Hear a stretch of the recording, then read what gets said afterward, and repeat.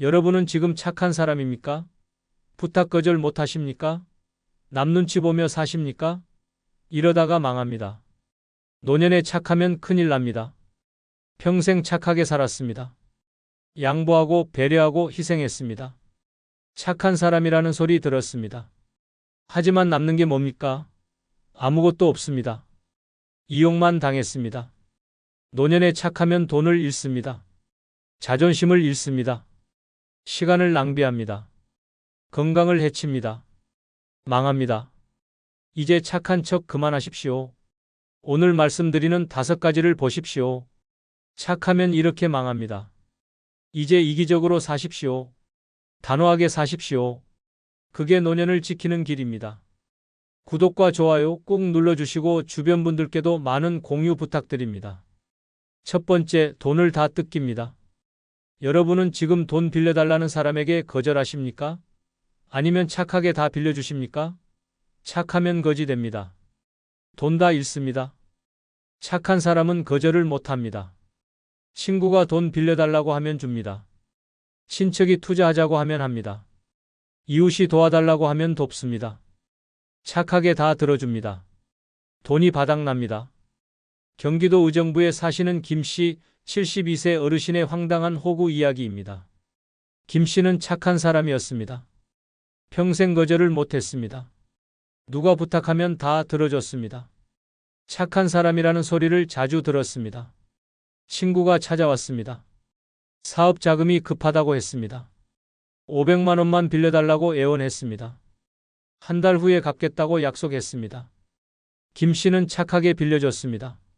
한 달이 지났습니다. 친구는 연락을 끊었습니다. 또 다른 친구가 왔습니다. 아들 결혼 자금이 부족하다고 했습니다. 300만 원만 도와달라고 했습니다. 김 씨는 또 빌려줬습니다. 착한 사람이니까요. 이 친구도 갚지 않았습니다. 핑계만 댔습니다. 친척이 전화했습니다. 주식 투자하면 큰돈 번다고 했습니다. 1천만 원만 투자하라고 꼬드겼습니다. 김 씨는 의심했습니다. 하지만 친척이니까 믿었습니다. 착하게 투자했습니다. 친척은 돈 들고 튀었습니다. 사기였습니다. 이웃 할머니가 울며 찾아왔습니다. 병원비가 급하다고 했습니다. 200만 원만 빌려달라고 했습니다. 김 씨는 마지막 남은 돈을 빌려줬습니다. 할머니는 다음 날 이사 갔습니다. 연락이 안 됐습니다. 김 씨는 경악했습니다. 할머니도 사기꾼이었습니다. 김 씨는 거지가 됐습니다. 통장이 텅 비었습니다. 착하게 살았더니 호구가 됐습니다. 2천만 원을 날렸습니다. 아무도 갚지 않았습니다. 후회했습니다. 착한 게 죄였습니다. 지금 김 씨는 배웠습니다. 이제 거절합니다. 돈 빌려달라고 하면 없다고 말합니다. 투자하자고 하면 관심 없다고 합니다. 단호해졌습니다.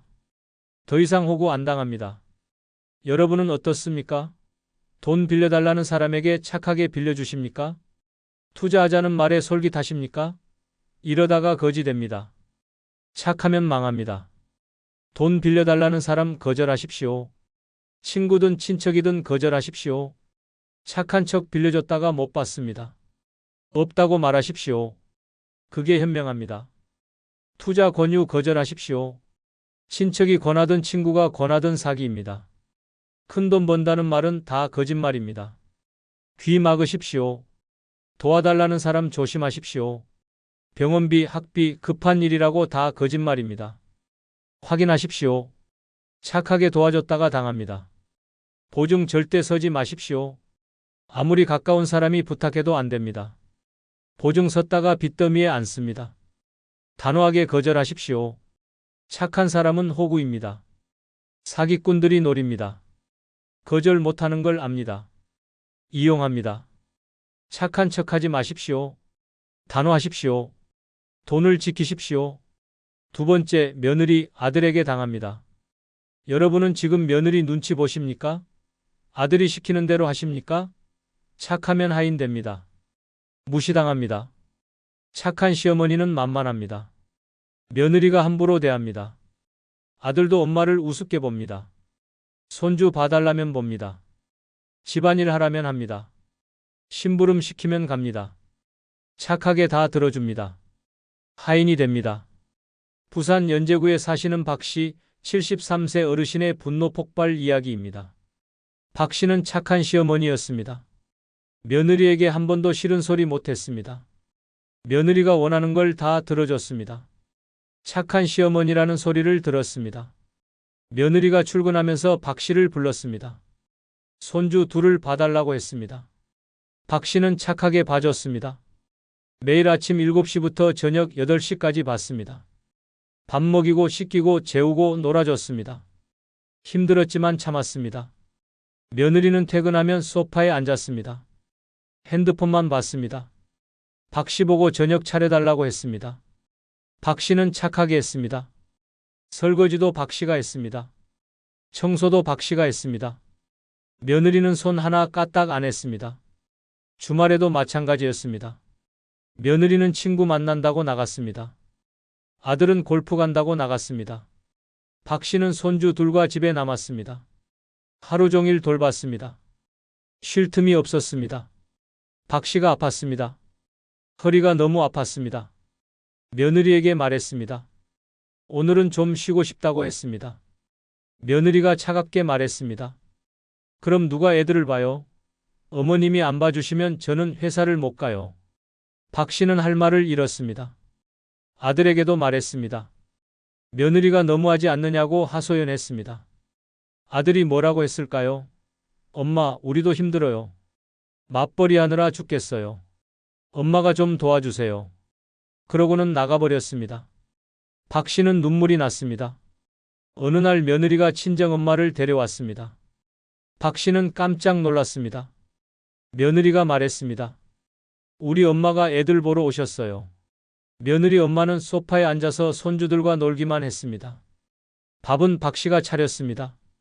며느리 엄마는 손님 대접받고 갔습니다. 박 씨는 황당했습니다. 이게 뭐지? 72세 되던 해 박 씨는 폭발했습니다. 더 이상 참을 수 없었습니다. 며느리에게 소리쳤습니다. 나도 사람이다. 하인이 아니라 더 이상 손주 안 본다고 선언했습니다. 며느리가 놀랐습니다. 아들도 당황했습니다. 박 씨는 집을 나왔습니다. 혼자 살기 시작했습니다. 며느리가 전화했습니다. 돌아오라고 했습니다. 박 씨는 거절했습니다. 아들이 찾아왔습니다. 잘못했다고 했습니다. 박 씨는 단호했습니다. 이제 내 인생 살겠다고 말했습니다. 지금 박 씨는 자유롭습니다. 손주 안 봅니다. 며느리 눈치 안 봅니다. 하고 싶은 거 합니다. 친구도 만나고 여행도 갑니다. 행복합니다. 착한 척 그만하니까 인생이 돌아왔습니다. 여러분은 어떻습니까? 며느리한테 당하고 계십니까? 아들이 엄마를 우습게 봅니까? 손주 봐주기에 시달립니까? 착하면 하인 됩니다. 망합니다. 며느리 눈치 보지 마십시오. 싫으면 싫다고 말하십시오. 거절하십시오. 며느리도 사람입니다. 당당하게 대하십시오. 손주 봐주기 거절하십시오. 매일 봐달라고 하면 안 된다고 말하십시오. 일주일에 한두 번만 봐주십시오. 나머지는 며느리 몫입니다. 집안일 떠맡지 마십시오. 며느리 집안일입니다. 시어머니가 할 이유 없습니다. 며느리가 하게 하십시오. 아들한테도 단호하십시오. 아들이 엄마 편을 안 들면 실망하십시오. 거리를 두십시오. 아들도 배워야 합니다. 착한 시어머니는 호구입니다.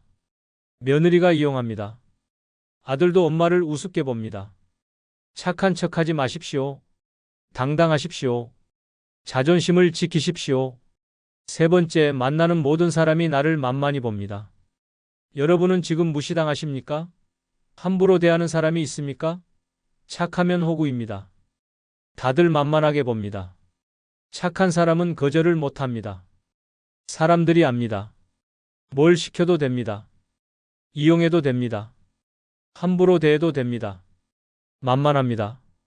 무시당합니다. 대구 수성구에 사시는 이 씨, 71세 어르신의 각성 이야기입니다. 이 씨는 평생 착하게 살았습니다. 거절을 못했습니다. 누가 부탁하면 다 들어줬습니다. 착한 사람이라는 소리를 들었습니다. 하지만 무시도 많이 당했습니다. 경로당에서 회장을 뽑았습니다. 이 씨가 나이도 많고 경험도 많았습니다. 당연히 회장이 될 줄 알았습니다. 하지만 다른 사람이 됐습니다. 나이도 더 어린 사람이었습니다. 이 씨는 당황했습니다. 총무도 뽑았습니다. 이 씨를 총무로 뽑았습니다. 회장은 안 시키고 일만 시키는 총무로 뽑았습니다. 이 씨는 억울했습니다. 하지만 착하게 받아들였습니다. 일을 열심히 했습니다. 경로당 사람들이 이 씨를 부렸습니다. 심부름을 시켰습니다. 이거 좀 사와, 저거 좀 가져와, 이거 좀 옮겨줘. 이 씨는 착하게 다 했습니다. 회장은 소파에 앉아서 구경만 했습니다. 행사 준비할 때도 마찬가지였습니다. 이 씨가 다 했습니다. 짐 옮기고 청소하고 음식 준비하고 설거지까지 했습니다. 다른 사람들은 수다만 떨었습니다. 행사 끝나고 칭찬은 회장이 받았습니다. 이 씨는 고생만 했습니다. 친구들도 이 씨를 만만하게 봤습니다. 밥값 낼 때 이 씨한테만 시켰습니다. 이 씨, 내가 돈 많잖아. 이 씨는 돈이 많지도 않았습니다. 하지만 착하게 냈습니다. 친구들은 당연하게 여겼습니다. 고맙다는 말도 없었습니다. 여행 갈 때도 이 씨만 짐을 들었습니다. 이 씨, 내가 힘이 세니까 들어줘. 이 씨는 허리도 아팠습니다. 하지만 착하게 들어줬습니다. 친구들은 빈손으로 걸었습니다. 이 씨는 짐꾼이 됐습니다. 심지어 버스에서도 만만하게 봤습니다. 젊은 사람이 이 씨한테 말했습니다. 할아버지, 제 짐 좀 잡아주세요. 자기는 전화해야 한다고 했습니다. 이 씨는 어이가 없었습니다. 하지만 착하게 잡아줬습니다. 젊은이는 고맙다는 말도 없이 전화만 했습니다. 70세 되던 해 이 씨는 깨달았습니다. 나는 호구구나. 착하다고 다들 만만하게 본다는 걸 알았습니다. 더 이상 착한 척하지 않기로 했습니다. 경로당에서 심부름을 시켰습니다. 이 씨가 말했습니다. 내가 왜 해요? 당신이 하세요. 사람들이 깜짝 놀랐습니다. 이 씨가 거절하다니 믿기지 않았습니다. 하지만 이 씨는 단호했습니다. 친구가 밥값 내라고 했습니다. 이 씨가 말했습니다. 이번엔 당신이 내세요. 나만 내는 거 이상해요. 친구가 당황했습니다. 하지만 어쩔 수 없이 냈습니다. 이 씨는 속이 시원했습니다. 버스에서 또 젊은이가 짐 잡아달라고 했습니다. 이 씨가 말했습니다. 나도 늙은이요. 당신 짐은 당신이 잡으시오. 젊은이가 멋쩍어 했습니다. 주변 사람들이 이 씨를 칭찬했습니다. 잘하셨다고 말했습니다. 지금 이 씨는 달라졌습니다. 거절합니다. 단호합니다. 사람들이 함부로 못합니다. 존중받습니다. 만만하게 안 봅니다. 착한 척 그만하니까 대접이 달라졌습니다. 여러분은 어떻습니까? 사람들이 여러분을 만만하게 봅니까? 심부름만 시킵니까? 이용만 당합니까? 착하면 호구입니다. 망합니다. 거절하십시오. 하기 싫으면 안 한다고 말하십시오. 착한 척하지 마십시오. 단호하십시오. 밥값 돌려가며 내십시오. 나만 낼 이유 없습니다. 당당하게 말하십시오. 이번엔 당신 차례라고 하십시오. 짐 들어주지 마십시오. 각자 짐은 각자 듭니다. 여러분도 힘듭니다. 거절하십시오. 심부름 거절하십시오. 여러분은 하인이 아닙니다.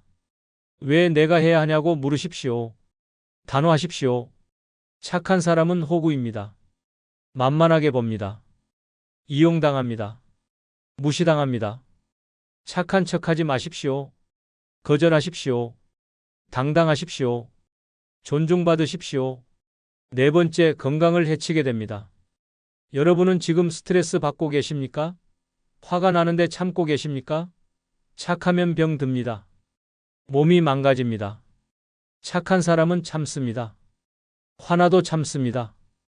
억울해도 참습니다. 서운해도 참습니다. 평생 참습니다. 스트레스가 쌓입니다. 병이 됩니다. 건강이 무너집니다. 광주 서구에 사시는 윤 씨, 74세 어르신의 병원 순례 이야기입니다. 윤 씨는 착한 사람이었습니다.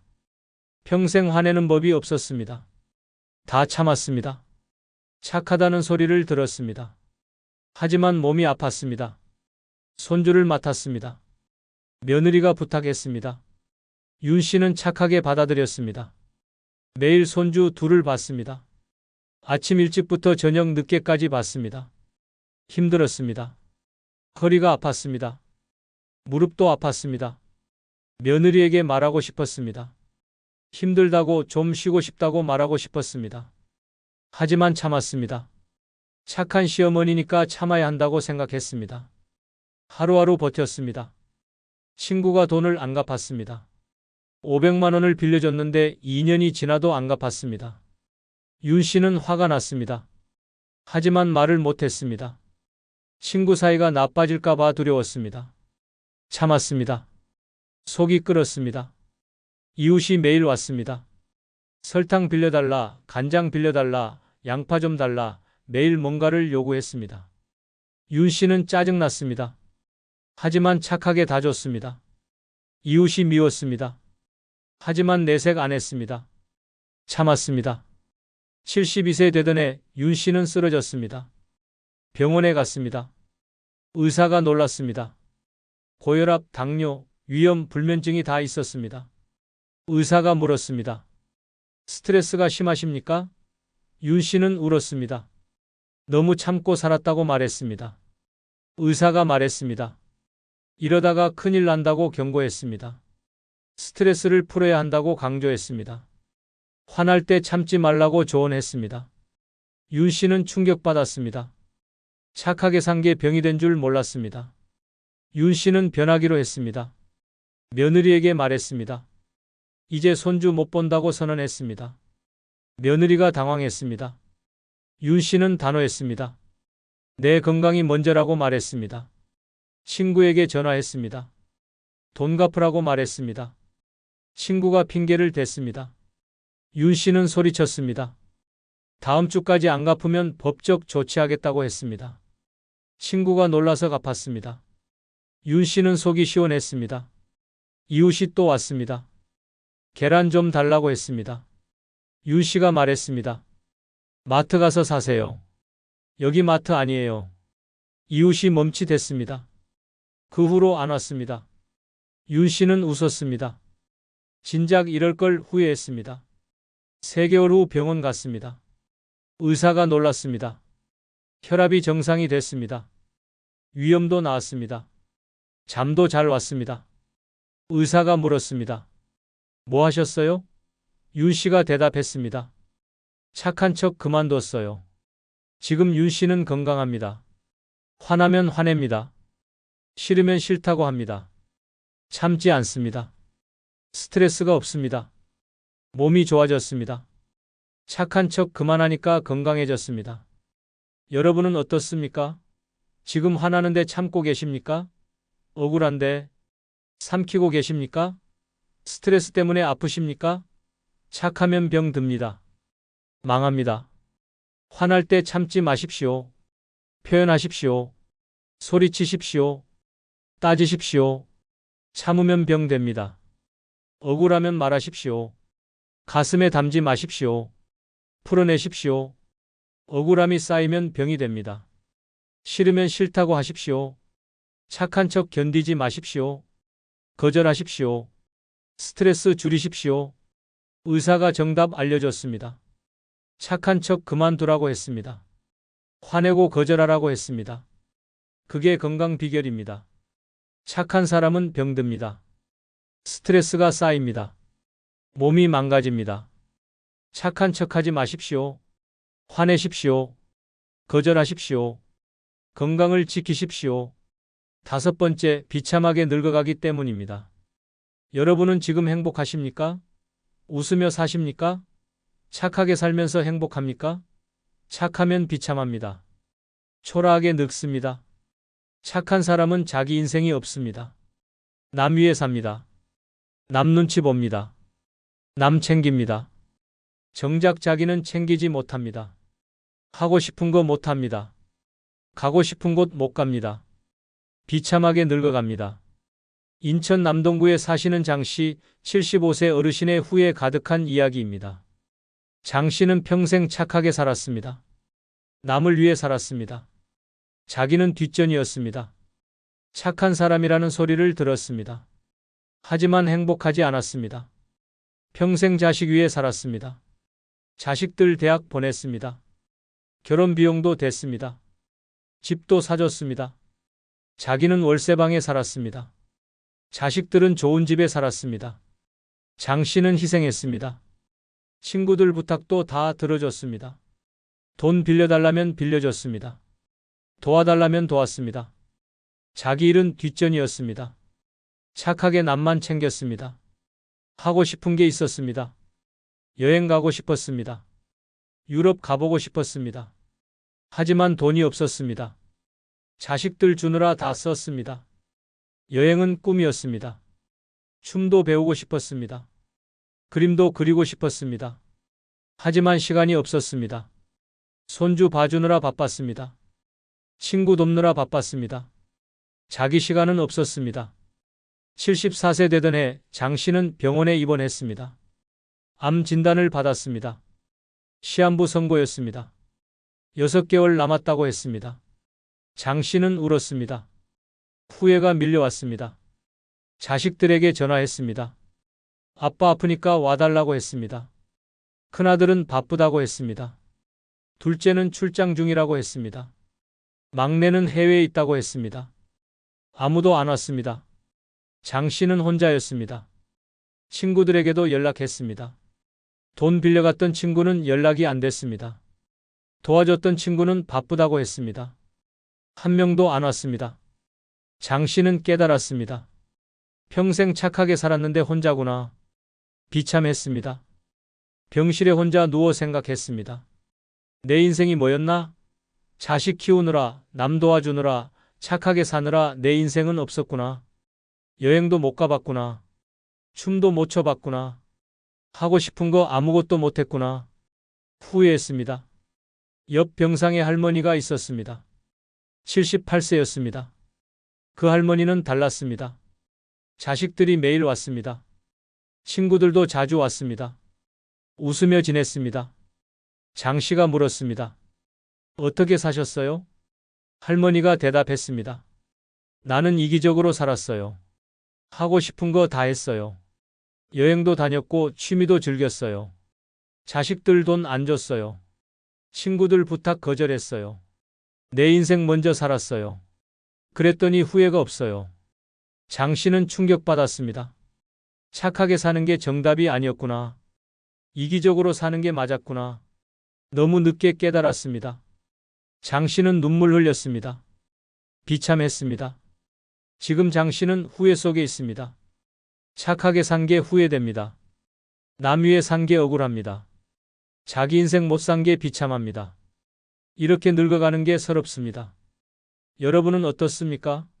지금 자기 인생 사십니까? 하고 싶은 거 하십니까? 남 위해서만 사십니까? 착하면 비참합니다. 망합니다. 자기 인생을 사십시오. 남 위에 사지 마십시오. 자기가 먼저입니다. 하고 싶은 거 하십시오. 여행 가십시오. 미루지 마십시오. 지금 가십시오. 나중은 없습니다. 건강할 때 가십시오. 취미 즐기십시오. 춤추고 싶으면 추십시오. 그림 그리고 싶으면 그리십시오. 배우십시오. 즐기십시오. 자식 주지 마십시오. 여러분이 먼저 쓰십시오. 자식은 알아서 삽니다. 여러분 돈은 여러분 겁니다. 친구 부탁 거절하십시오. 돈 빌려주지 마십시오. 여러분 시간을 지키십시오. 이기적으로 사십시오. 착하게 살면 후회합니다. 비참하게 늙습니다. 혼자 죽습니다. 착한 척하지 마십시오. 이기적으로 사십시오. 자기 인생을 사십시오. 행복하게 늙으십시오. 여러분 솔직하게 말해봅시다. 나이 들어 여기까지 살아보니 결국 뭐가 남았나요? 사람? 기대하지 마세요. 돈? 아무리 끌어모아도 마음고생 한 번이면 금방 허무해집니다. 자식? 그들 삶 챙기느라 당신을 돌볼 여유 없습니다. 결국 남는 건 텅 빈 마음과 씁쓸한 현실뿐입니다. 이게 노년의 진짜 민낯입니다. 괜히 인간관계 붙잡는다고 행복해지지 않습니다. 오히려 사람 하나 잘못 만나면 마음 다치고 돈 나가고 기운까지 쭉 빠집니다. 늙어 외로움이 무섭다며 붙잡는 순간부터 당신의 인생은 흔들립니다. 필요 없습니다. 이제는 돌이켜보며 단순하게, 가볍게, 오롯이 나만 챙기며 사는 게 가장 안전하고 가장 평화롭습니다. 그래서 오늘은 말합니다. 다 부질없습니다. 늙어 이 5가지를 지키며 혼자 사는 게 결국 최고입니다. 이 5가지만 가슴에 딱 새기면 누구에게도 휘둘리지 않고 누구 때문에 상처받지 않고 누구 눈치도 보지 않는 진짜 편안한 노년이 열립니다. 끝까지 보시면 왜 혼자가 답인지 명확해질 겁니다. 지금부터 시작합니다. 첫 번째, 가난한 사람과 절대로 엮이지 않기입니다. 여러분 주변에 돈 없는 사람 있습니까? 자꾸 돈 빌려달라는 친구 있습니까? 가난한 친척 있습니까? 부질없습니다. 끊으십시오. 가난한 사람과 엮이면 망합니다. 가난한 사람과 엮이면 혼자 못 삽니다. 돈 빌려달라고 조릅니다. 도와달라고 매달립니다. 한번 도와주면 계속 달라붙습니다. 내 돈 다 빼앗깁니다. 결국 같이 가난해집니다. 비참해집니다. 부산 사구에 사시는 변씨, 75세 어르신의 뼈아픈 교훈 이야기입니다. 변씨는 친구가 하나 있었습니다. 40년 지기였습니다. 하지만 그 친구는 가난했습니다. 평생 돈을 못 모았습니다. 쓰기만 했습니다. 친구가 찾아왔습니다. 돈 좀 빌려달라고 했습니다. 병원비가 급하다고 했습니다. 100만 원만 달라고 했습니다. 변씨는 불쌍했습니다. 40년 친구니까 도와줘야 한다고 생각했습니다. 빌려줬습니다. 한 달 후 또 왔습니다. 전기세 못 내서 끊길 것 같다고 했습니다. 50만 원만 달라고 했습니다. 변씨는 또 줬습니다. 친구니까 어쩔 수 없다고 생각했습니다. 안 주면 친정이 끊어질 것 같았습니다. 3개월 후 또 왔습니다. 이번엔 집세가 밀렸다고 했습니다. 200만 원이 급하다고 했습니다. 변씨는 망설였습니다. 하지만 친구가 울었습니다. 집에서 쫓겨난다고 애원했습니다. 변씨는 마음이 약해졌습니다. 또 줬습니다. 1년 동안 총 500만 원을 빌려줬습니다. 친구는 한 푼도 안 갚았습니다. 갚겠다는 말만 했습니다. 변씨는 돌려달라고 했습니다. 친구가 화를 냈습니다. 친구 사이에 돈 따지냐고 소리쳤습니다. 변씨는 어이없었습니다. 친구가 계속 돈 달라고 했습니다. 이번엔 딸 결혼 자금이라고 했습니다. 300만 원을 달라고 했습니다. 변씨는 거절했습니다. 더 이상 못 준다고 말했습니다. 친구가 욕했습니다. 매정하다고 비난했습니다. 40년 우정이 이거냐고 소리쳤습니다.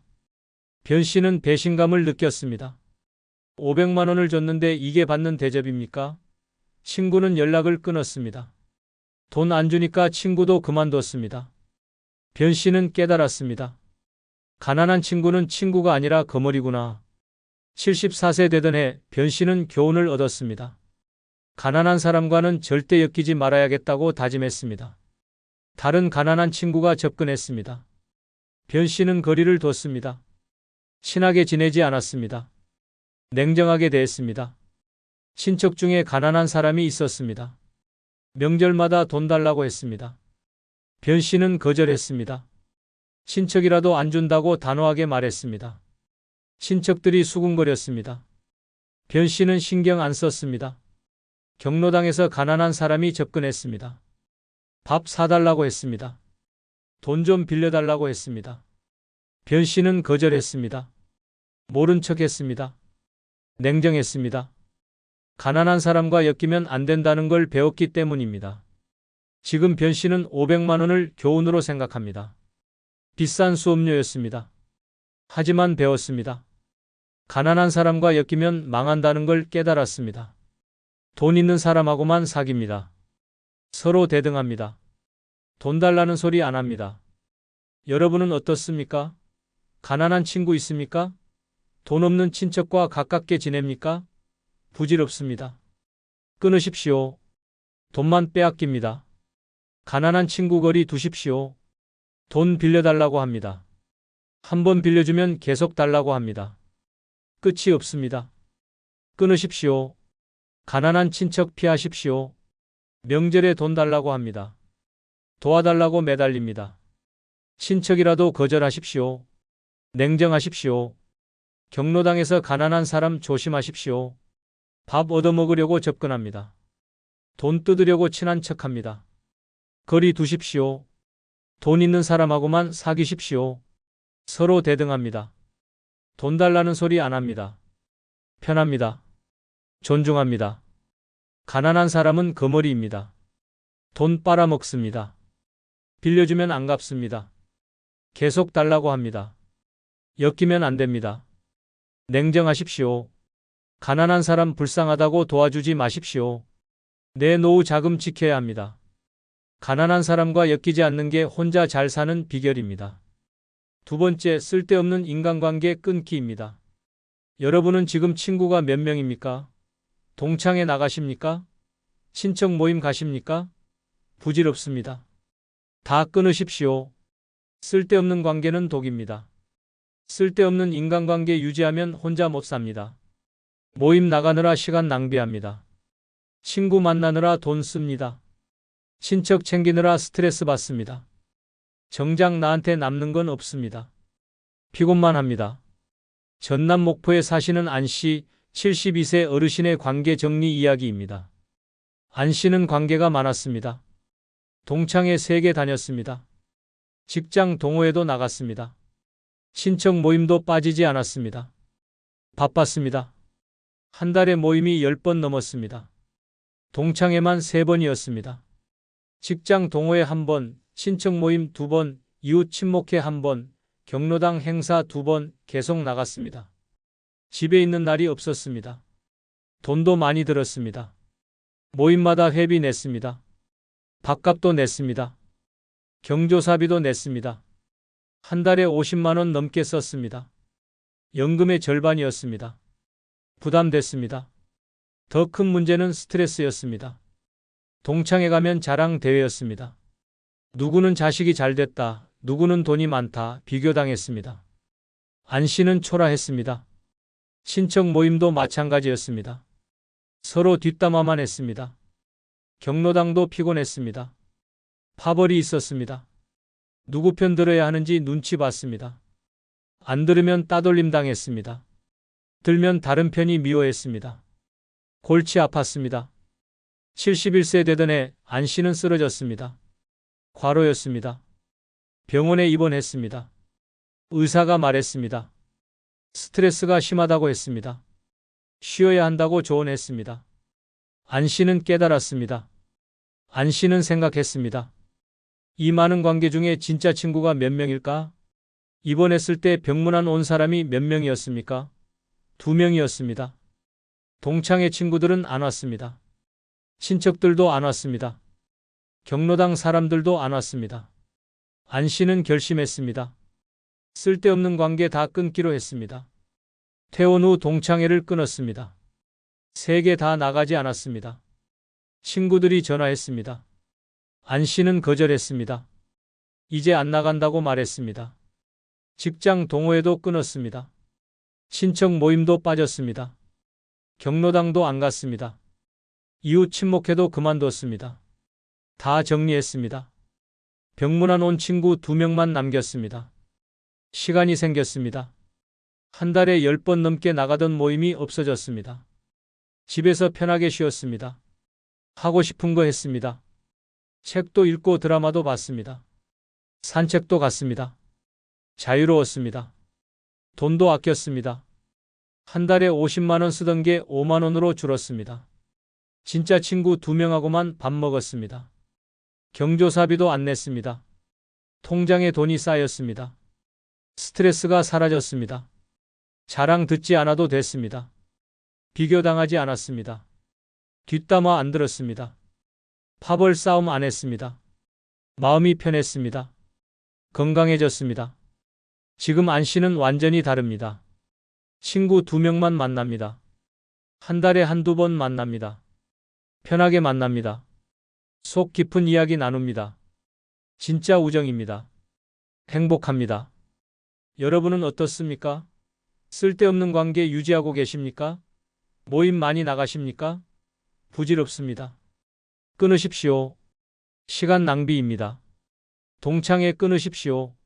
자랑만 듣습니다. 비교만 당합니다. 스트레스만 받습니다. 나가지 마십시오. 친척 모임 빠지십시오. 뒷담화만 합니다. 피곤합니다.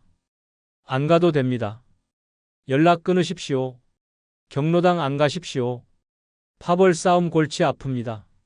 쓸데없습니다. 집에서 쉬십시오. 편합니다. 진짜 친구만 남기십시오. 두세 명이면 충분합니다. 아플 때 찾아오는 친구만 남기십시오. 나머지는 끊으십시오. 쓸데없는 관계 끊으면 자유롭습니다. 시간 생깁니다. 돈 아낍니다. 스트레스 없습니다. 혼자 사는 게 편해집니다. 부질없는 관계 끊으십시오. 세 번째, 돈 함부로 쓰지 않기입니다.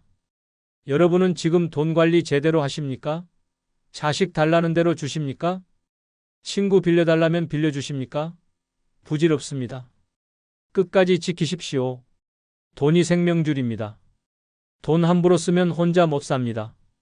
자식에게 다 주면 거지 됩니다. 친구에게 빌려주면 못 받습니다.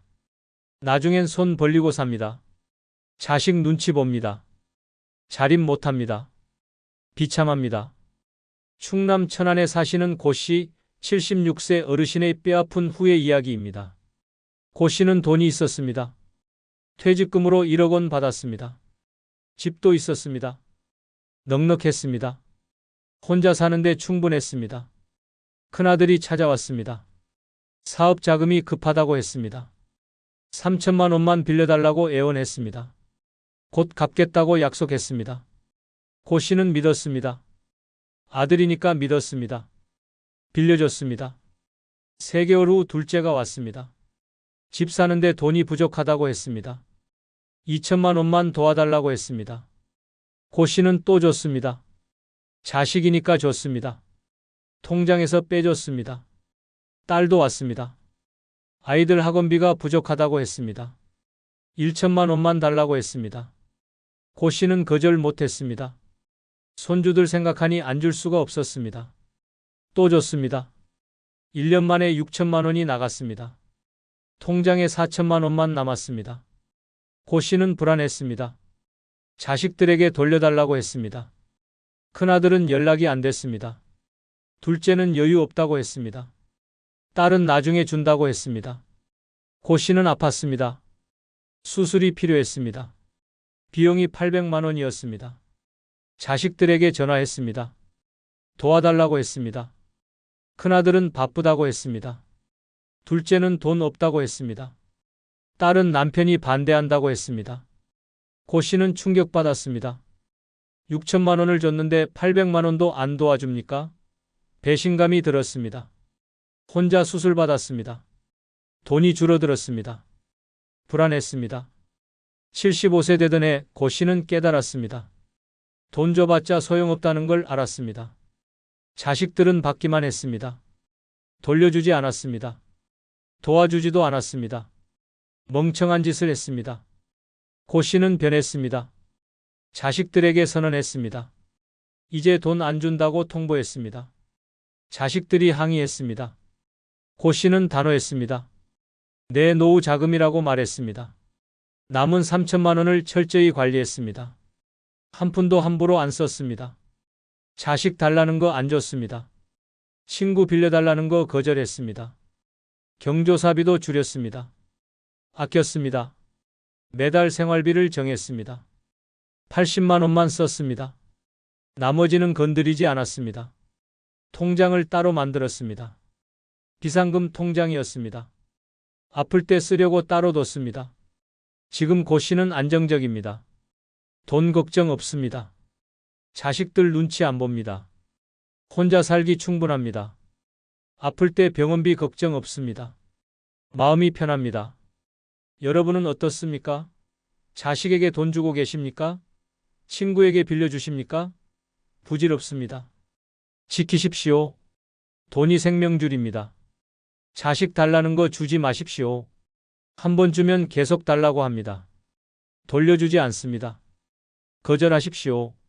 내 노후 자금이라고 말하십시오. 친구 빌려달라는 거 거절하십시오. 친구 사이 돈 빌려주면 못 받습니다. 관계만 나빠집니다. 없다고 하십시오. 경조사비 줄이십시오. 최소한만 내십시오. 부담 갖지 마십시오. 여러분 돈은 여러분 거입니다. 비상금 준비하십시오. 따로 통장 만드십시오. 병원비로 쓸 돈 모아두십시오. 아플 때 필요합니다. 매달 생활비 정하십시오. 그 안에서만 쓰십시오. 함부로 쓰지 마십시오. 계획적으로 쓰십시오. 돈 지키면 자립합니다. 자식 눈치 안 봅니다. 혼자 살 수 있습니다. 마음 편합니다. 부질없이 쓰지 마십시오. 끝까지 지키십시오. 네 번째, 남 신경 끄고 내 건강 챙기기입니다. 여러분은 지금 건강 챙기십니까? 운동하십니까? 병원 정기적으로 가십니까? 아니면 남 챙기느라 자기 건강 뒷전입니까? 부질없습니다. 남 버리고 내 건강 챙기십시오. 남 챙기다 내 건강 망치면 혼자 못 삽니다. 손주 봐주느라 허리 나갑니다. 자식 뒷바라지하느라 건강 잃습니다. 친구 돕느라 무리합니다. 정작 내 몸은 망가집니다. 요양원 갑니다. 비참합니다. 경북 구미에 사시는 문씨 74세 어르신의 건강 되찾기 이야기입니다. 문씨는 평생 남 챙겼습니다. 자기 건강은 뒷전이었습니다. 손주 셋을 봤습니다. 매일 아침부터 저녁까지 봤습니다. 힘들었습니다. 손주들을 안고 업었습니다. 허리가 아팠습니다. 참았습니다. 며느리 눈치 보였습니다.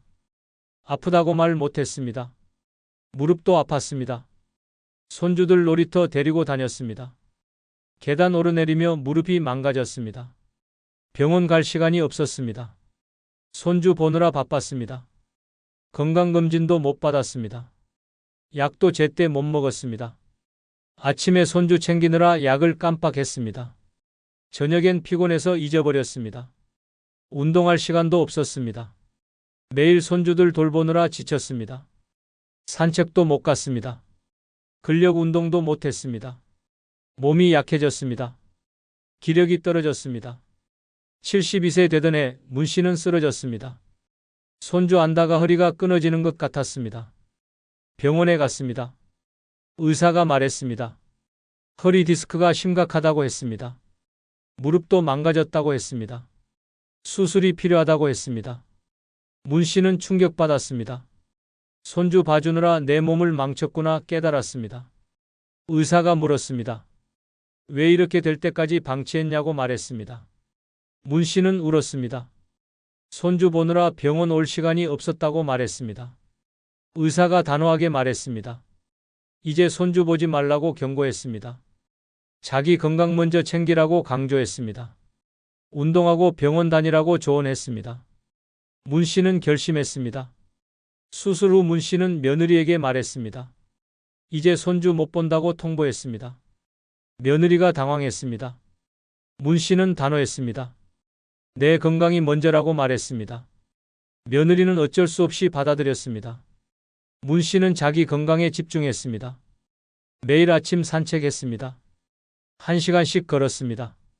근력 운동도 시작했습니다. 집에서 스쿼트 했습니다. 아령도 들었습니다. 몸이 좋아졌습니다. 병원도 정기적으로 갔습니다. 3개월마다 검진받았습니다. 약도 제때 먹었습니다. 알람 맞춰놓고 챙겼습니다. 건강이 회복됐습니다. 식사도 신경 썼습니다. 단백질 많이 먹었습니다. 야채도 충분히 먹었습니다. 손주 봐줄 때는 대충 먹었는데 이제는 제대로 챙겼습니다. 영양 상태가 좋아졌습니다. 잠도 푹 잤습니다. 손주들 때문에 새벽에 일어나던 게 사라졌습니다. 아침 8시까지 잤습니다. 피로가 풀렸습니다. 기력이 돌아왔습니다. 지금 문씨는 건강합니다. 허리도 나았습니다. 무릎도 좋아졌습니다. 혼자 잘 삽니다. 건강하니까 자립할 수 있습니다. 요양원 걱정 없습니다. 행복합니다. 여러분은 어떻습니까? 남 챙기느라 내 건강 뒷전입니까? 손주 보느라 병원 못 갑니까? 부질없습니다. 남 버리고 내 건강 챙기십시오. 손주 그만 보십시오. 내 몸 망가집니다. 허리, 무릎 다 나갑니다. 거절하십시오. 건강이 먼저입니다. 매일 운동하십시오. 산책하십시오. 30분만 걸어도 좋습니다. 근력 운동도 하십시오. 근육 지켜야 합니다. 병원 정기적으로 가십시오. 3개월마다 검진 받으십시오. 조기 발견하십시오. 약도 제때 드십시오. 식사 챙기십시오. 단백질 드십시오. 야채 드십시오. 영양 관리하십시오. 건강이 기본입니다. 잠 푹 주무십시오. 새벽에 일어나지 마십시오. 충분히 쉬십시오. 피로 풀으십시오. 건강하면 혼자 삽니다. 건강 잃으면 요양원 갑니다. 남 신경 끄십시오. 내 건강만 챙기십시오. 그게 혼자 사는 비결입니다. 5번째, 남의 평가 신경 끄기입니다. 여러분은 아직도 남들이 뭐라고 할까봐 두렵습니까? 이웃 눈치 봅니까? 70 넘어서도 남 평가 신경 씁니까? 부질없습니다.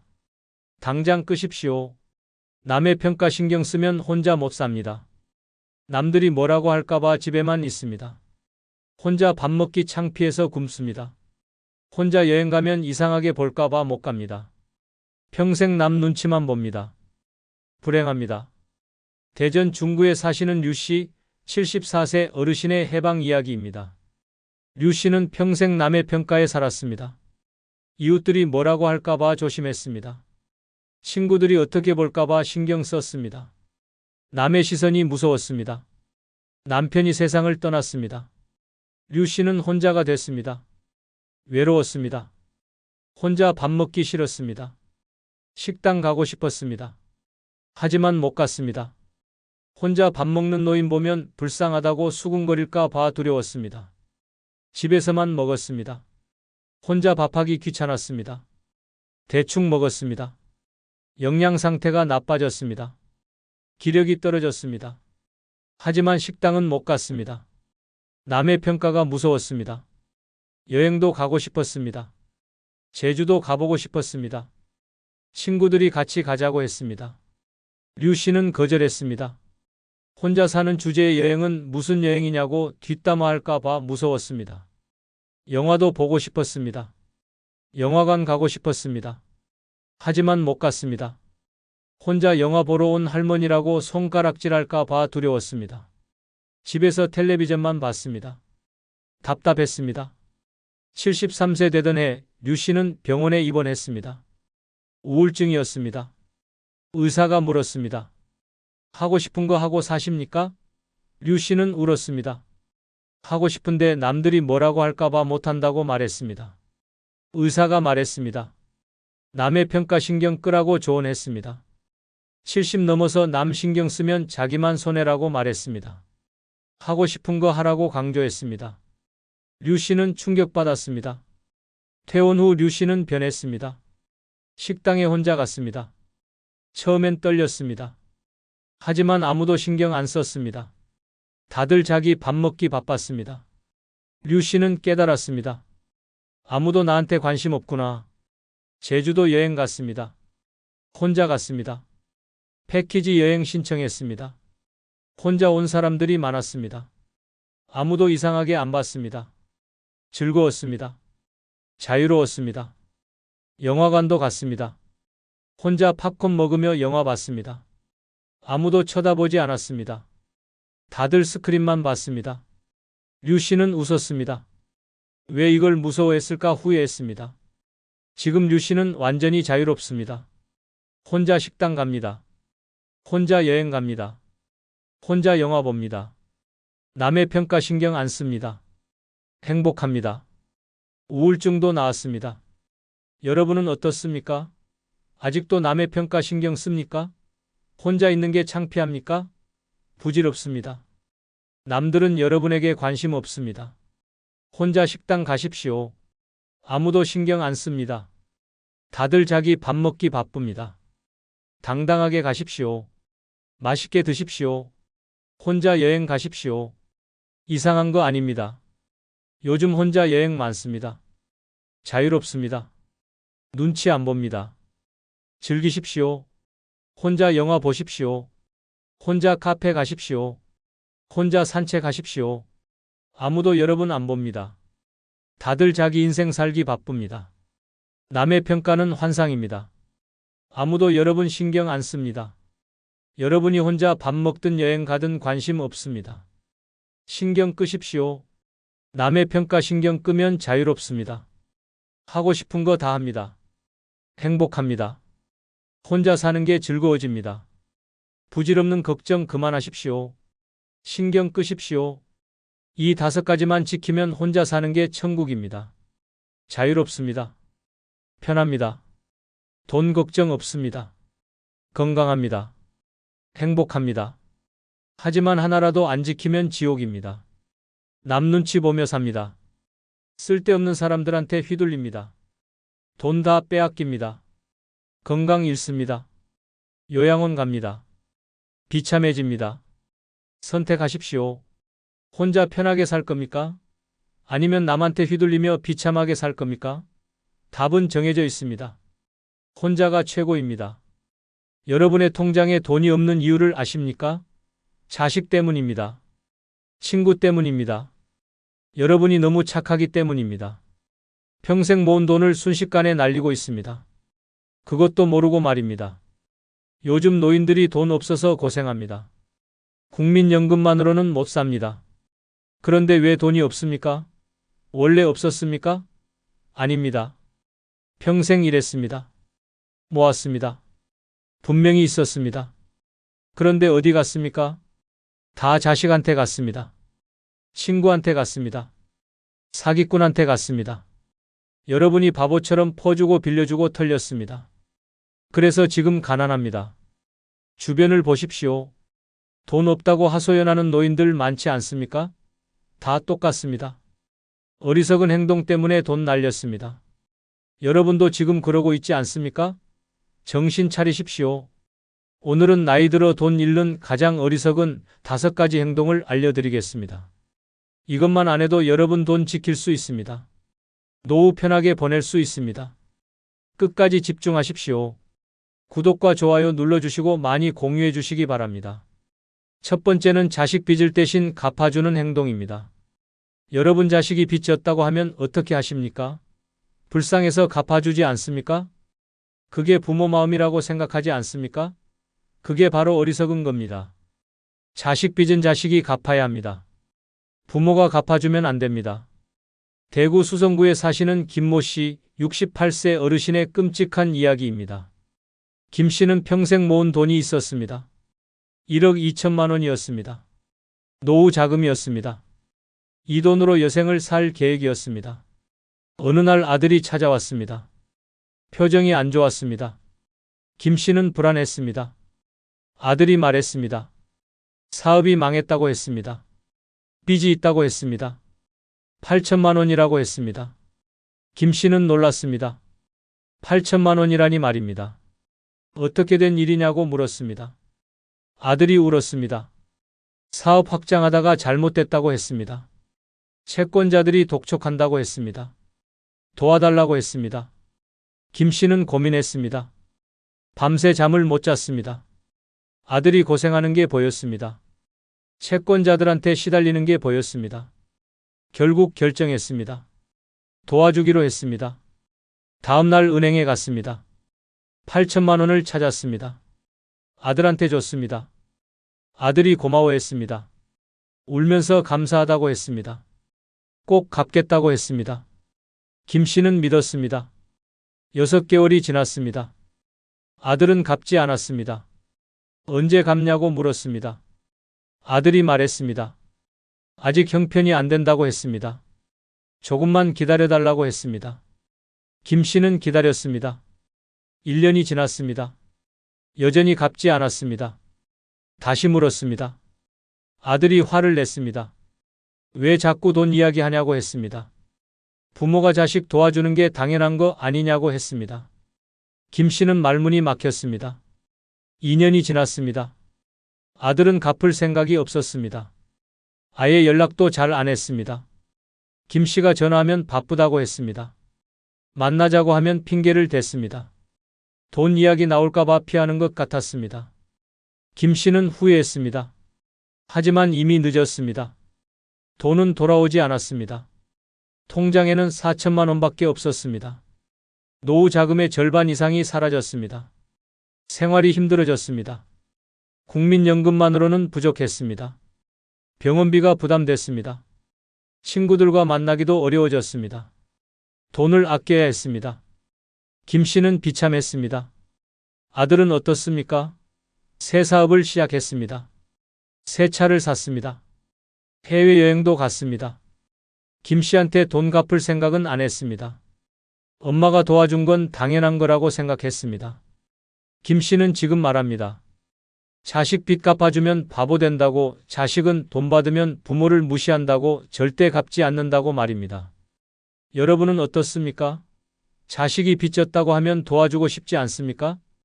불쌍해서 갚아주고 싶지 않습니까? 그러지 마십시오. 절대 안 됩니다.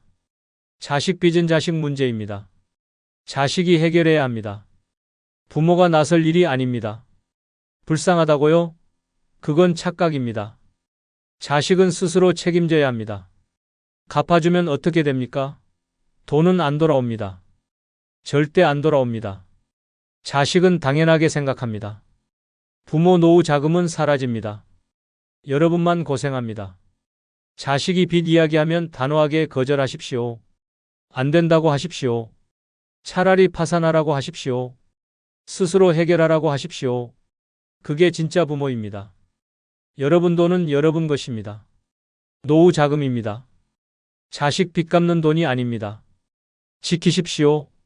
절대 주지 마십시오. 자식 빚 갚아주는 순간 여러분 노후는 끝납니다. 두 번째는 종교단체에 헌금을 많이 하는 행동입니다. 여러분은 교회나 절에 다니십니까? 헌금 얼마나 하십니까?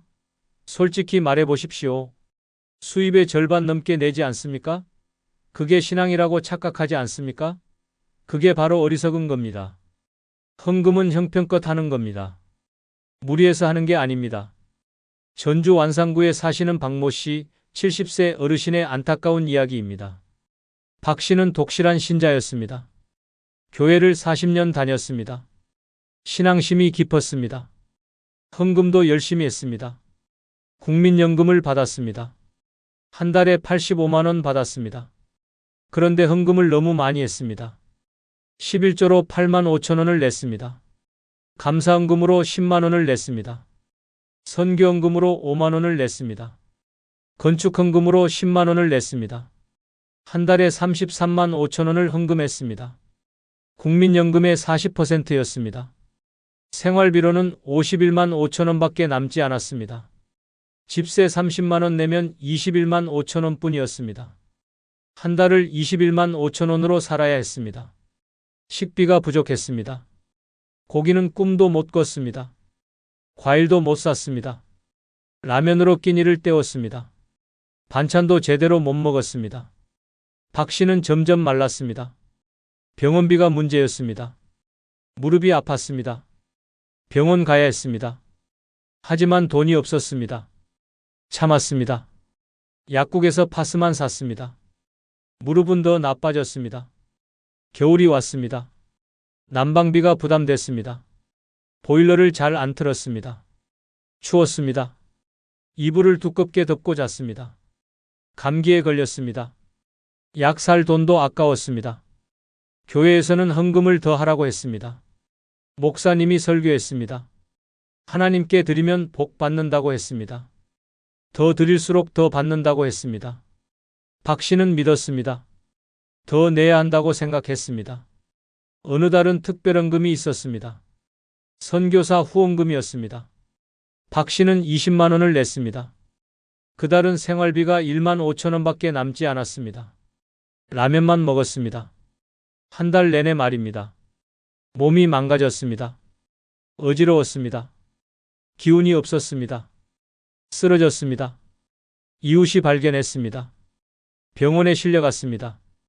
영양실조였습니다. 의사가 물었습니다. 밥을 안 드셨냐고 했습니다. 박 씨는 말하지 못했습니다. 병원비가 50만 원 나왔습니다.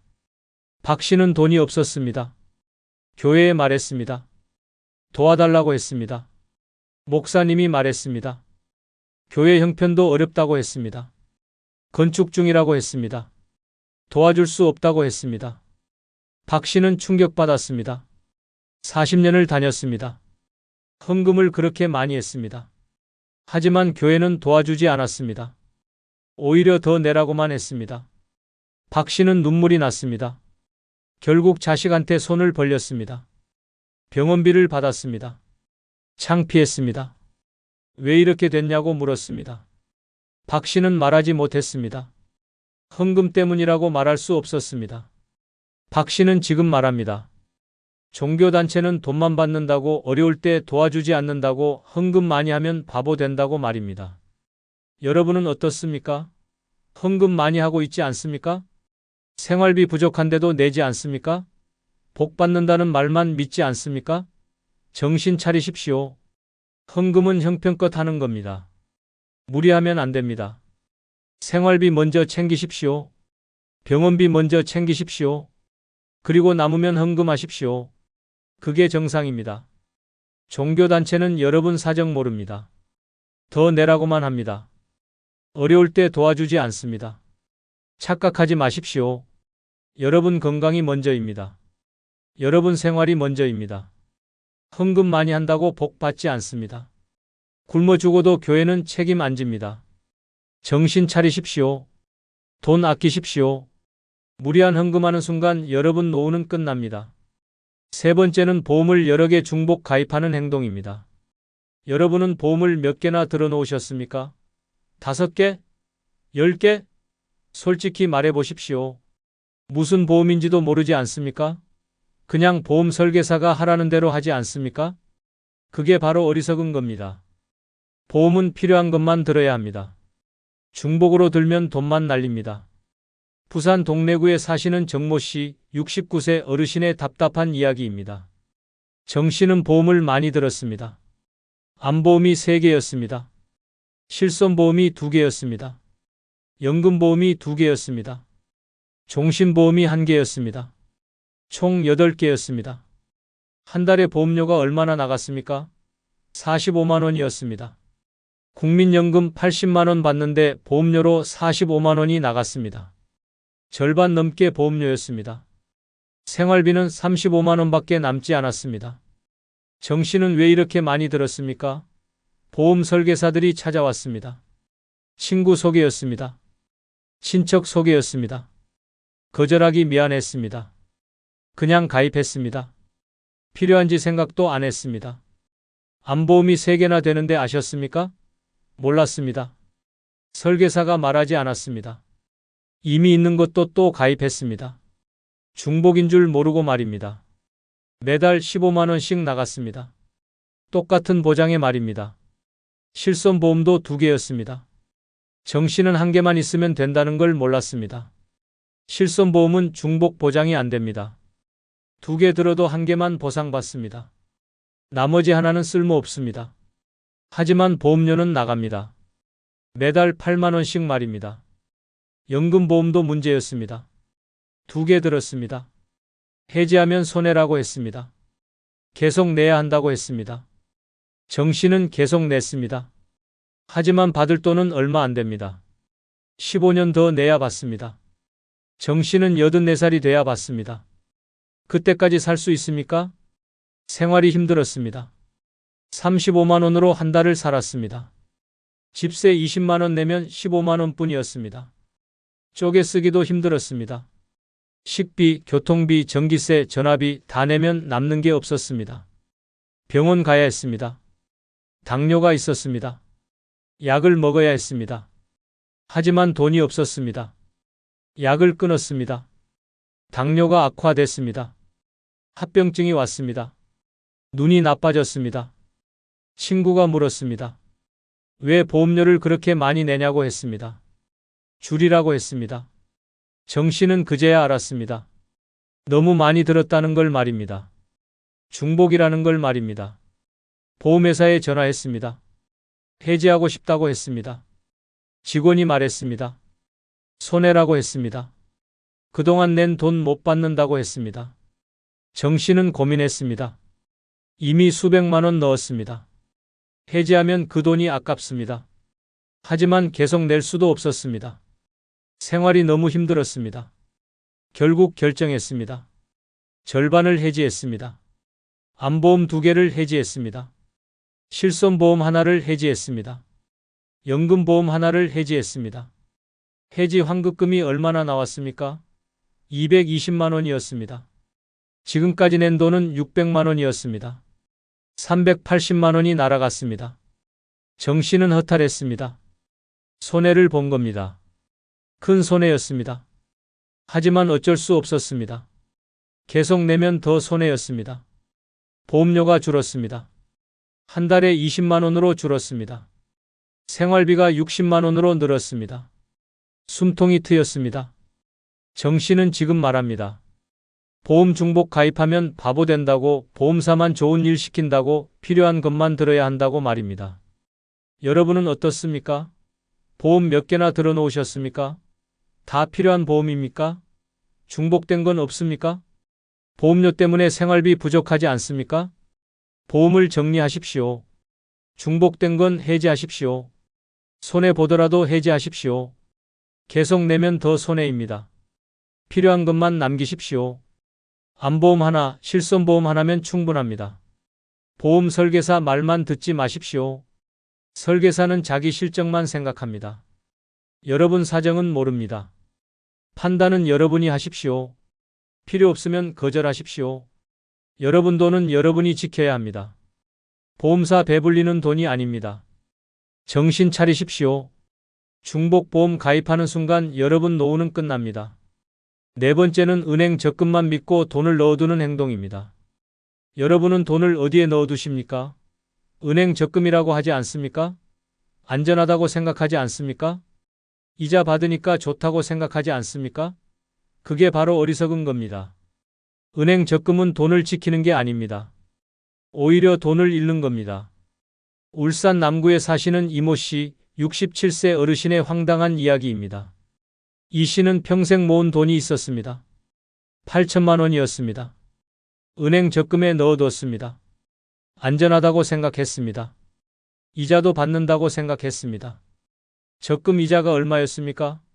연 2.5%였습니다. 1년에 200만 원 받았습니다. 한 달에 16만 원 정도였습니다. 이 씨는 만족했습니다. 은행에만 넣어두면 알아서 불어난다고 생각했습니다. 하지만 문제가 있었습니다. 물가가 올랐습니다. 작년에 라면이 600원이었습니다. 올해는 800원이 됐습니다. 작년에 버스비가 1,300원이었습니다. 올해는 1,500원이 됐습니다. 작년에 병원비가 5만 원이었습니다. 올해는 6만 원이 됐습니다. 물가 상승률이 얼마였습니까? 연 4%였습니다. 적금 이자보다 높았습니다. 이게 무슨 뜻입니까? 돈의 가치가 떨어진다는 겁니다. 8천만 원이 실제로는 7,800만 원이 된 겁니다. 이 씨는 몰랐습니다. 이자 받으니까 돈이 는다고 생각했습니다. 하지만 실제로는 줄고 있었습니다. 물가가 오르는데 이자는 따라가지 못했습니다. 매년 돈의 가치가 떨어졌습니다. 5년이 지났습니다. 적금은 9천만 원이 됐습니다. 1,000만 원이 늘었습니다. 이 씨는 좋아했습니다. 하지만 착각이었습니다. 물가는 20% 올랐습니다. 5년 전 8천만 원의 가치는 지금 9,600만 원이었습니다. 실제로는 600만 원 손해본 겁니다. 작년에 이 씨가 병원에 갔습니다. 무릎 수술이 필요했습니다. 5년 전이면 500만 원이었습니다. 지금은 700만 원이었습니다. 물가가 오른 겁니다. 이 씨는 놀랐습니다. 왜 이렇게 비싸졌냐고 물었습니다. 집세도 올랐습니다. 5년 전에는 월 40만 원이었습니다. 지금은 월 55만 원이었습니다. 식비도 올랐습니다. 한 달에 30만 원이면 됐습니다. 지금은 40만 원이 필요했습니다. 모든 게 올랐습니다. 이 씨는 깨달았습니다. 적금만 믿으면 안 된다는 걸 말입니다. 물가가 오르는데 이자는 못 따라간다는 걸 말입니다.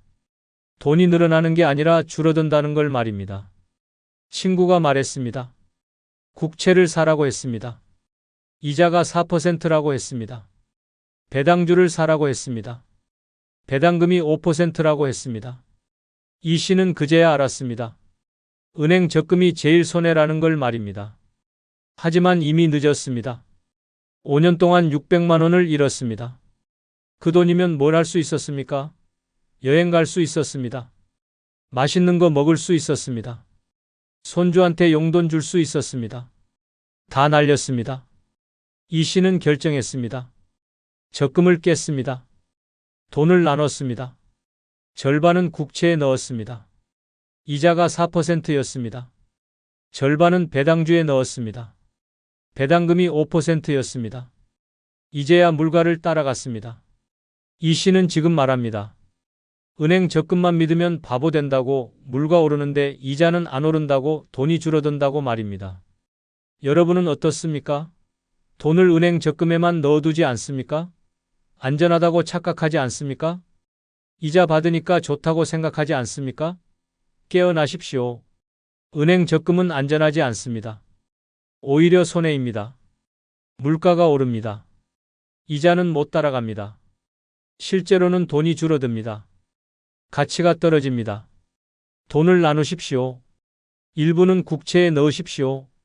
일부는 배당주에 넣으십시오. 일부는 금에 투자하십시오. 분산하십시오. 그게 돈을 지키는 방법입니다. 은행만 믿지 마십시오. 은행은 낮은 이자 줍니다. 여러분 돈으로 은행만 배부릅니다. 정신 차리십시오. 적금만 믿는 순간 여러분 노후는 끝납니다. 5번째는 자식한테 생활비를 매달 주는 행동입니다. 여러분은 자식한테 돈을 주고 계십니까? 매달 주지 않습니까?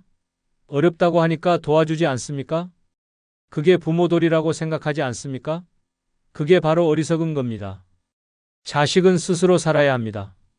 부모가 매달 돈 줄 이유가 없습니다.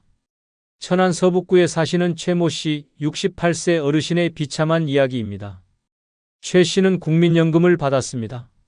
한 달에 95만 원 받았습니다.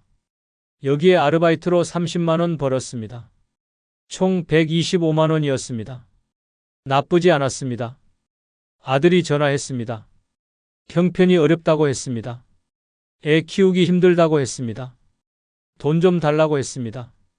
얼마냐고 물었습니다. 50만 원만 달라고 했습니다. 최 씨는 보냈습니다. 불쌍해서 말입니다. 다음 달에도 전화했습니다. 또 힘들다고 했습니다. 최 씨는 또 보냈습니다. 50만 원을 보냈습니다. 그 다음 달에도 전화했습니다. 최 씨는 또 보냈습니다. 이게 반복됐습니다. 매달 50만 원씩 보냈습니다. 1년이면 600만 원입니다. 최 씨한테 남는 돈은 75만 원 뿐이었습니다. 집세 40만 원 내면 35만 원 뿐이었습니다. 한 달을 35만 원으로 살았습니다. 식비가 부족했습니다. 고기는 못 샀습니다. 과일도 못 샀습니다. 밥에 김치만 먹었습니다. 가끔 계란 프라이 해 먹었습니다. 그게 최 씨 식사였습니다. 옷을 못 샀습니다. 5년 된 옷을 입었습니다. 구멍난 양말을 신었습니다. 친구들이 물었습니다. 왜 새 옷을 안 사냐고 했습니다. 최 씨는 대답하지 못했습니다. 돈이 없다고 말할 수 없었습니다. 병원을 못 갔습니다. 허리가 아팠습니다. 검사 받아야 했습니다. 하지만 돈이 없었습니다. 파스만 붙였습니다. 허리는 더 나빠졌습니다. 걷기도 힘들어졌습니다. 2년이 지났습니다. 최 씨는 아들한테 1200만 원을 줬습니다. 노후 자금이 바닥났습니다. 통장에 100만 원밖에 없었습니다. 최 씨는 불안했습니다. 이제 어떻게 살아야 합니까? 아들한테 말했습니다. 이제 못 준다고 했습니다. 돈이 없다고 했습니다. 아들이 화를 냈습니다.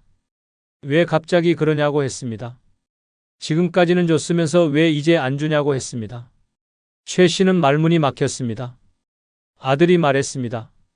다른 집 부모들은 다 도와준다고 했습니다. 왜 우리 엄마만 안 도와주냐고 했습니다. 최 씨는 억울했습니다. 2년 동안 1200만 원을 줬는데 말입니다. 아들은 당연하게 생각했습니다. 그달부터 아들은 연락하지 않았습니다. 명절에도 오지 않았습니다. 생일에도 오지 않았습니다. 손주 얼굴도 못 봤습니다. 최 씨가 전화하면 받지 않았습니다. 문자 보내면 답이 없었습니다. 최 씨는 후회했습니다. 왜 그렇게 돈을 줬습니까? 아들 버릇을 망쳤습니다. 돈 받는 게 당연하다고 생각하게 만들었습니다. 안 주면 화내고 연락 끊는 자식으로 만들었습니다. 최 씨는 지금 힘듭니다. 통장에 돈이 없습니다. 생활이 어렵습니다. 아들은 연락도 안 합니다. 돈만 받아가고 버렸습니다. 최 씨는 울었습니다. 평생 모은 돈이 다 날아갔습니다. 친구가 말했습니다. 왜 그렇게 줬냐고 했습니다. 최 씨가 말했습니다. 불쌍해서 그랬다고 했습니다. 친구가 말했습니다. 불쌍한 건 어머니라고 했습니다. 최 씨는 고개를 떨구었습니다. 최 씨는 지금 말합니다. 자식한테 생활비 주면 바보 된다고, 받는 게 당연하다고 생각한다고, 안 주면 연락 끊는다고 말입니다. 여러분은 어떻습니까? 자식한테 매달 돈 주고 있지 않습니까? 어렵다고 하니까 도와주지 않습니까? 그만두십시오. 절대 안 됩니다. 자식은 스스로 살아야 합니다. 부모가 매달 돈 줄 이유가 없습니다. 한두 번 도와주는 건 괜찮습니다. 하지만 매달 주면 안 됩니다. 버릇 망칩니다. 처음에 도와주면 나중엔 요구합니다. 주면 당연하게 생각합니다. 안 주면 화냅니다. 연락 끊습니다. 효자가 아니라 거지가 됩니다. 여러분 돈은 여러분 것입니다. 노후 자금입니다. 자식 생활비가 아닙니다. 지키십시오. 절대 매달 주지 마십시오. 불쌍하다고요? 그건 착각입니다. 정말 불쌍한 건 여러분입니다. 자식한테 단호하게 말하십시오. 못 준다고 하십시오. 스스로 살라고 하십시오. 그게 진짜 부모입니다. 자식한테 생활비 주는 순간 여러분 노후는 끝납니다. 결혼한 아들과 며느리와의 갈등은 많은 부모님들께 익숙한 고민거리일 겁니다. 특히 서로 다른 세대와 가치관의 충돌은 작은 오해에서 시작해 큰 갈등으로 번지기도 하죠. 이 시점에서 부모님들이 가장 궁금해하실 만한 질문은 이 갈등을 어떻게 이길 수 있을까?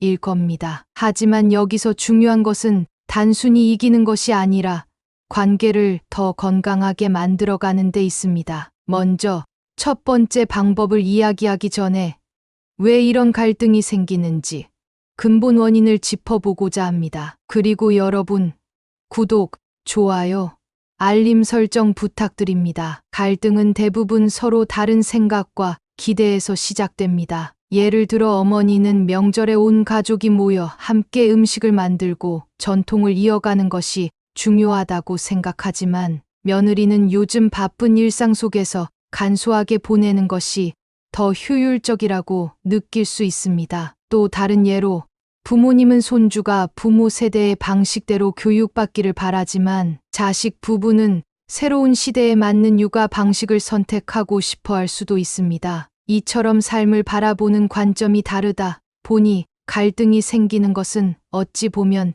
당연한 일이겠죠. 어머니 A씨의 사례를 한번 살펴보겠습니다. A씨는 매년 명절이면 아들 내외가 와서 가족 행사에 참여하는 것을 당연하게 여겼습니다. 하지만 며느리가 결혼 후 일을 시작하면서부터 명절 준비에 예전처럼 적극적으로 참여하지 않자 서운한 마음이 커졌습니다. 며느리 역시 왜 나만 매번 이렇게 희생해야 하지?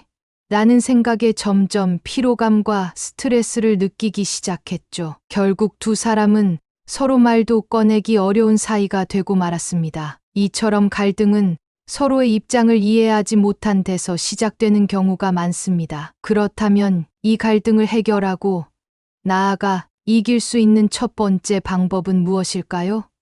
바로 이해하기입니다. 이해는 단순히 알겠다고 말하는 것이 아니라 상대방의 입장에 진심으로 공감하는 것을 뜻합니다. 며느리가 명절 음식을 준비하며 느꼈을 피로감을 떠올리고 아들의 입장에서 아내와 어머니 사이에서 느꼈을 부담감을 상상해 보는 거죠. 이런 이해의 시작이 갈등을 해결하는 첫걸음이 될 수 있습니다. 어떤 어머니는 이렇게 말씀하실 수도 있습니다. 내가 왜 그들의 입장을 이해해야 하나요? 내가 부모인데 며느리와 아들이 나를 이해해야 하는 거 아닌가요?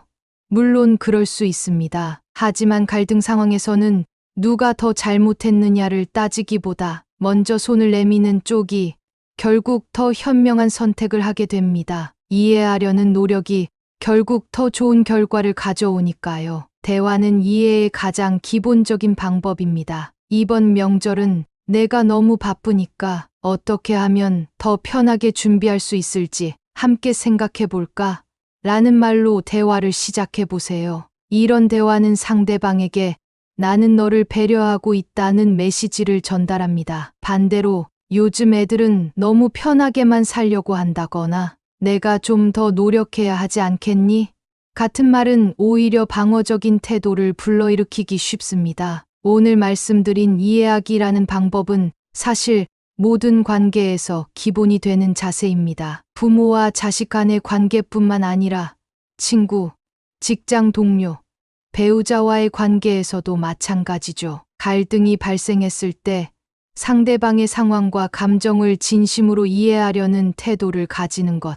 이것이 바로 관계를 풀어나가는 열쇠가 될 것입니다. 다음은 두 번째 방법인 협력하기에 대해 이야기해 보려고 합니다. 협력은 단순히 상대를 돕는 것을 넘어 함께 문제를 해결하기 위한 동반자의 자세를 의미합니다. 갈등 상황에서 부모님들께 흔히 생기는 고민은 내가 왜 그들과 협력해야 하지? 라는 의문일 겁니다. 많은 경우 부모님은 우리가 더 많은 경험이 있고 나이가 많으니 내 말이 맞다고 생각하시곤 합니다. 하지만 이러한 태도는 갈등을 더 키울 뿐입니다. 협력의 핵심은 맞고 틀림을 따지기 전에 함께 문제를 해결하려는 마음입니다. 이 점을 사례를 통해 살펴볼까요? 이번에는 손주 교육 문제로 갈등이 생긴 부모님과 아들 내외의 이야기를 예로 들어보겠습니다. B씨는 손주가 TV를 많이 보는 것을 걱정하며 손주를 위해 직접 문제집과 학습지를 사서 보내기 시작했습니다. 하지만 아들 내외는 우리 방식대로 육아를 하고 있다고 답하며 어머니의 선물에 크게 반응하지 않았습니다. 오히려 며느리는 어머니가 자신들의 육아 방식을 무시한다고 느껴 마음이 상했습니다. 이 사례에서 어머니가 협력적인 자세를 취하지 않았다면 갈등은 더 깊어졌을 겁니다. 하지만 B씨는 문제를 다르게 접근하기로 했습니다. 먼저 아들과 며느리에게 내가 손주의 교육에 관심이 많아서 그런데 너희 생각은 어때? 라고 물었습니다. 그리고 그들의 의견을 듣고 난 후 그럼 내가 준비한 문제집은 그냥 참고만 해도 좋겠다. 너희가 주도하는 육아 방식을 존중할게 라고 말하며 한 발 물러섰습니다. 이 과정에서 중요한 점은 B씨가 자신의 의견을 완전히 접은 것이 아니라 아들 내외의 방식을 이해하고 그들과 협력하는 자세를 보였다는 것입니다. 그 결과 아들 내외도 어머니의 조언을 열린 마음으로 받아들이게 되었습니다. 협력하기를 실천하기 위해서는 몇 가지 원칙이 필요합니다. 첫째, 우리가 같은 팀이다라는 생각을 가져야 합니다. 갈등 상황에서는 상대를 대적하는 적으로 보기 쉽지만 가족 간 문제는 결국 모두가 함께 풀어나가야 할 과제입니다. 둘째, 문제를 구체적으로 정의하기입니다. 추상적으로 내가 왜 나를 무시하냐거나 너는 왜 이렇게 나를 힘들게 하느냐고 말하는 대신 이번에 손주 교육에 대해 이런저런 생각이 있는데 너희는 어떻게 생각하니? 라고 구체적으로 대화를 시작해야 합니다. 셋째, 상대방의 의견을 존중하고 조율점 찾기입니다. 갈등을 해결하려면 서로의 의견이 충돌할 때 하나를 고집하기보다 중간 지점을 찾아가는 노력이 중요합니다. 대화를 통해 협력하기를 실천한 또 다른 사례를 생각해 봅시다. 명절 음식을 준비하는 문제로 고민하던 C씨는 아들과 며느리에게 솔직하게 말했습니다. 예전처럼 음식을 전부 준비하는 게 사실 나도 힘들어졌어. 다만 우리 집 전통이 이어졌으면 하는 마음이 있어서 그렇지. 너희는 어떻게 하고 싶니? 이 말을 들은 며느리도 자신의 입장을 털어놓으며 이번에는 함께 간단히 준비하고 필요한 부분은 배달 음식을 이용하는 게 어떨까요? 라고 제안했습니다. 그 결과 서로 부담을 줄이고 즐겁게 명절을 보낼 수 있었습니다. 이 사례에서 보듯 협력은 상대방을 이해한 후에야 비로소 가능해집니다. 그리고 그 협력은 갈등을 단순히 해결하는 것을 넘어 가족 간 신뢰와 유대감을 더욱 깊게 만들어줍니다. 다음은 세 번째 방법인 소통의 기술에 대해 이야기해 보려 합니다. 이해와 협력이 시작이라면 소통은 관계를 이어가고 문제를 예방하는 데 있어 핵심적인 역할을 합니다. 많은 경우 갈등의 근본 원인은 소통의 부재에서 비롯됩니다. 서로의 생각을 제대로 전달하지 못하거나 말은 했지만 잘못 이해되면서 감정이 상하게 되는 경우가 많습니다. 특히 가족 간에는 이 정도는 알겠지라는 암묵적인 기대가 있는데 이것이 오히려 문제를 키우는 경우가 많습니다. D씨의 사례를 살펴보겠습니다. D씨는 결혼한 아들에게 주말마다 집에 들르라고 요구하곤 했습니다. 아들은 회사 일과 육아로 바빠서 매번 찾아오지 못했지만 D씨는 그래도 최소한 연락이라도 해야 하는 것 아니냐?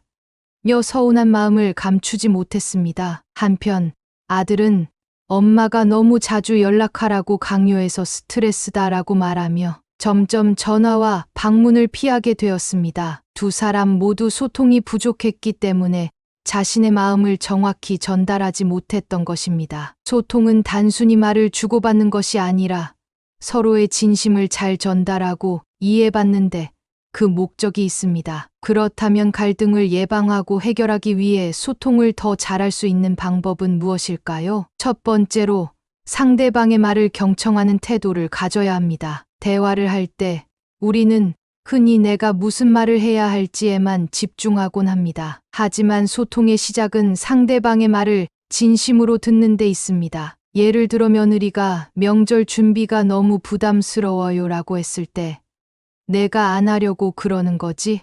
라고 생각하기보다 부담이 된다니 어떤 점에서 그렇게 느껴지는지 이야기해 줄래? 라고 물어보는 태도가 중요합니다. 두 번째로 긍정적인 언어와 표현을 사용하기입니다. 갈등 상황에서는 본능적으로 비난의 말을 던지기 쉽습니다. 왜 항상 내가 이렇게 고집을 부리니? 너는 내 말을 안 듣는구나. 같은 말은 상대방을 방어적으로 만들 뿐입니다. 대신 내 입장에서 이렇게 생각할 수도 있겠구나. 그런데 내 입장에서는 이런 점이 조금 서운했어와 같이 자신의 감정을 솔직하지만 부드럽게 표현하는 방법을 사용해 보세요. 세 번째로 명확하고 구체적으로 말하기입니다. 종종 우리는 상대방이 우리의 생각을 다 알 거라고 착각합니다. 하지만 말하지 않으면 모르는 것이 당연합니다. 내가 알아서 하겠지 보다는 내가 이런 생각을 했는데 너는 어떻게 생각하니? 라고 구체적으로 대화를 시도해 보는 것이 좋습니다. D씨는 소통 방식을 바꾼 후 아들에게 이렇게 말했습니다. 주말에 꼭 오라는 건 아니야. 하지만 가끔 내 목소리를 듣고 싶어서 그래. 한 달에 한 번이라도 내가 괜찮은 날에 전화해 줄 수 있겠니? 아들은 이 말을 듣고 엄마가 그렇게 생각하시는 줄 몰랐어. 사실 부담스러웠는데 이렇게 말해 주시니 내가 너무 예민했던 것 같아 라고 답하며 대화가 풀리기 시작했습니다. 이 사례에서 보듯 소통은 서로의 진심을 확인하고 오해를 줄이는 중요한 도구입니다. 특히 부모와 자식, 시부모와 며느리 사이처럼 가까운 관계에서는 더더욱 중요합니다. 마지막으로 소통의 기술 중 가장 중요한 것은 감정의 균형을 유지하는 것입니다. 갈등 상황에서는 감정이 격해지기 쉽지만 이럴 때일수록 차분하게 대화를 이어가는 것이 필요합니다. 감정을 너무 억누를 필요는 없지만 상대방을 존중하며 조율하는 태도를 잊지 않는 것이 중요합니다. 소통은 단번에 완벽해질 수 있는 기술이 아닙니다. 하지만 이해하기와 협력을 실천하면서 꾸준히 연습해 나간다면 점점 더 나은 관계를 만들어갈 수 있습니다. 이번엔 갈등을 근본적으로 해결하고 관계를 회복하는 네 번째 방법인 경계를 세우는 법에 대해 이야기해 보려 합니다. 가족 간의 관계에서는 가까움이 큰 장점이지만 때로는 이 가까움이 지나쳐 서로의 경계를 넘나들게 되는 경우가 있습니다. 부모는 자식의 사생활을 지나치게 통제하려 하고 자식은 부모의 희생을 당연시하며 무시하기도 합니다. 이런 상황이 반복되면 결국 갈등은 더 깊어지고 관계는 회복하기 어려운 상태로 악화될 수 있습니다. 경계를 세운다는 것은 서로의 영역을 존중하는 것을 의미합니다. 이는 단순히 물리적 거리뿐 아니라 정서적, 심리적 경계도 포함됩니다. 예를 들어 자식 부부가 자신들만의 방식으로 살아가고 싶어 한다면 부모는 그 선택을 존중하며 간섭을 줄이는 것이 경계를 지키는 첫걸음이 될 수 있습니다. 반대로 부모님이 자신의 감정을 표현할 때 자식도 이를 무시하거나 외면하지 않고 경청해야 서로의 경계를 지켜줄 수 있습니다. 이 씨의 사례를 보겠습니다. 이 씨는 손주를 돌보는 문제로 며느리와 갈등을 겪고 있었습니다. 며느리는 아이를 어린이집에 보내는 것이 좋겠다고 주장했지만 이 씨는 내가 손주를 돌보는 게 더 안전하고 비용도 줄일 수 있다고 생각했습니다. 처음에는 며느리의 요청을 무시하고 손주를 집에서 돌보겠다고 주장했지만 며느리가 우리도 부모로서 결정할 권리가 있다며 단호하게 말하자 큰 충격을 받았습니다. 이 상황에서 이 씨는 처음에는 서운한 마음이 들었지만 곧 자신이 며느리와 아들의 경계를 침범하고 있다는 것을 깨달았습니다. 이후 이 씨는 내가 너희를 도와주고 싶은 마음이 너무 앞섰던 것 같구나. 너희가 선택한 대로 해보는 게 좋겠다고 말하며 한 발 물러섰습니다. 그 결과 며느리와 아들 부부는 오히려 더 자주 부모님께 도움을 요청하고 감사의 마음을 표현하게 되었습니다. 경계를 세우는 법은 쉽지 않지만 몇 가지 원칙을 기억하면 실천이 수월해집니다. 첫째, 상대방의 영역을 인정하기입니다. 자식 부부가 부모님의 의견을 받아들이지 않더라도 그들의 결정을 존중하는 것이 필요합니다. 부모님의 조언이 항상 옳더라도 결국 삶의 선택은 자식 부부의 몫입니다. 둘째, 서운한 감정을 솔직하게 표현하기입니다. 경계를 지키다 보면 서운함이나 답답함을 느낄 수 있습니다. 이때 감정을 숨기기보다 나는 이런 부분이 조금 서운했어. 하지만 너희가 선택한 걸 존중하고 싶다고 솔직히 말하는 것이 좋습니다. 셋째, 경계를 요구할 때는 부드럽게 접근해야 합니다. 예를 들어 부모님께서 가끔 쉬고 싶다고 말씀하실 때 자식이 이를 존중하며 그럼 언제 시간이 괜찮으실지 말씀해 주세요 라고 반응하는 것이 바람직합니다. 경계를 세운다는 것은 서로를 외면하자는 이야기가 아닙니다. 오히려 각자의 영역을 존중하며 더 건강한 관계를 만들겠다는 의지입니다. 부모님이 자식의 삶에 너무 깊이 관여하지 않으면서도 필요한 순간에는 도움을 줄 수 있는 든든한 존재로 남아있는 것. 반대로 자식 부부는 부모님을 소중히 여기며 그들의 노고와 감정을 인정해주는 것.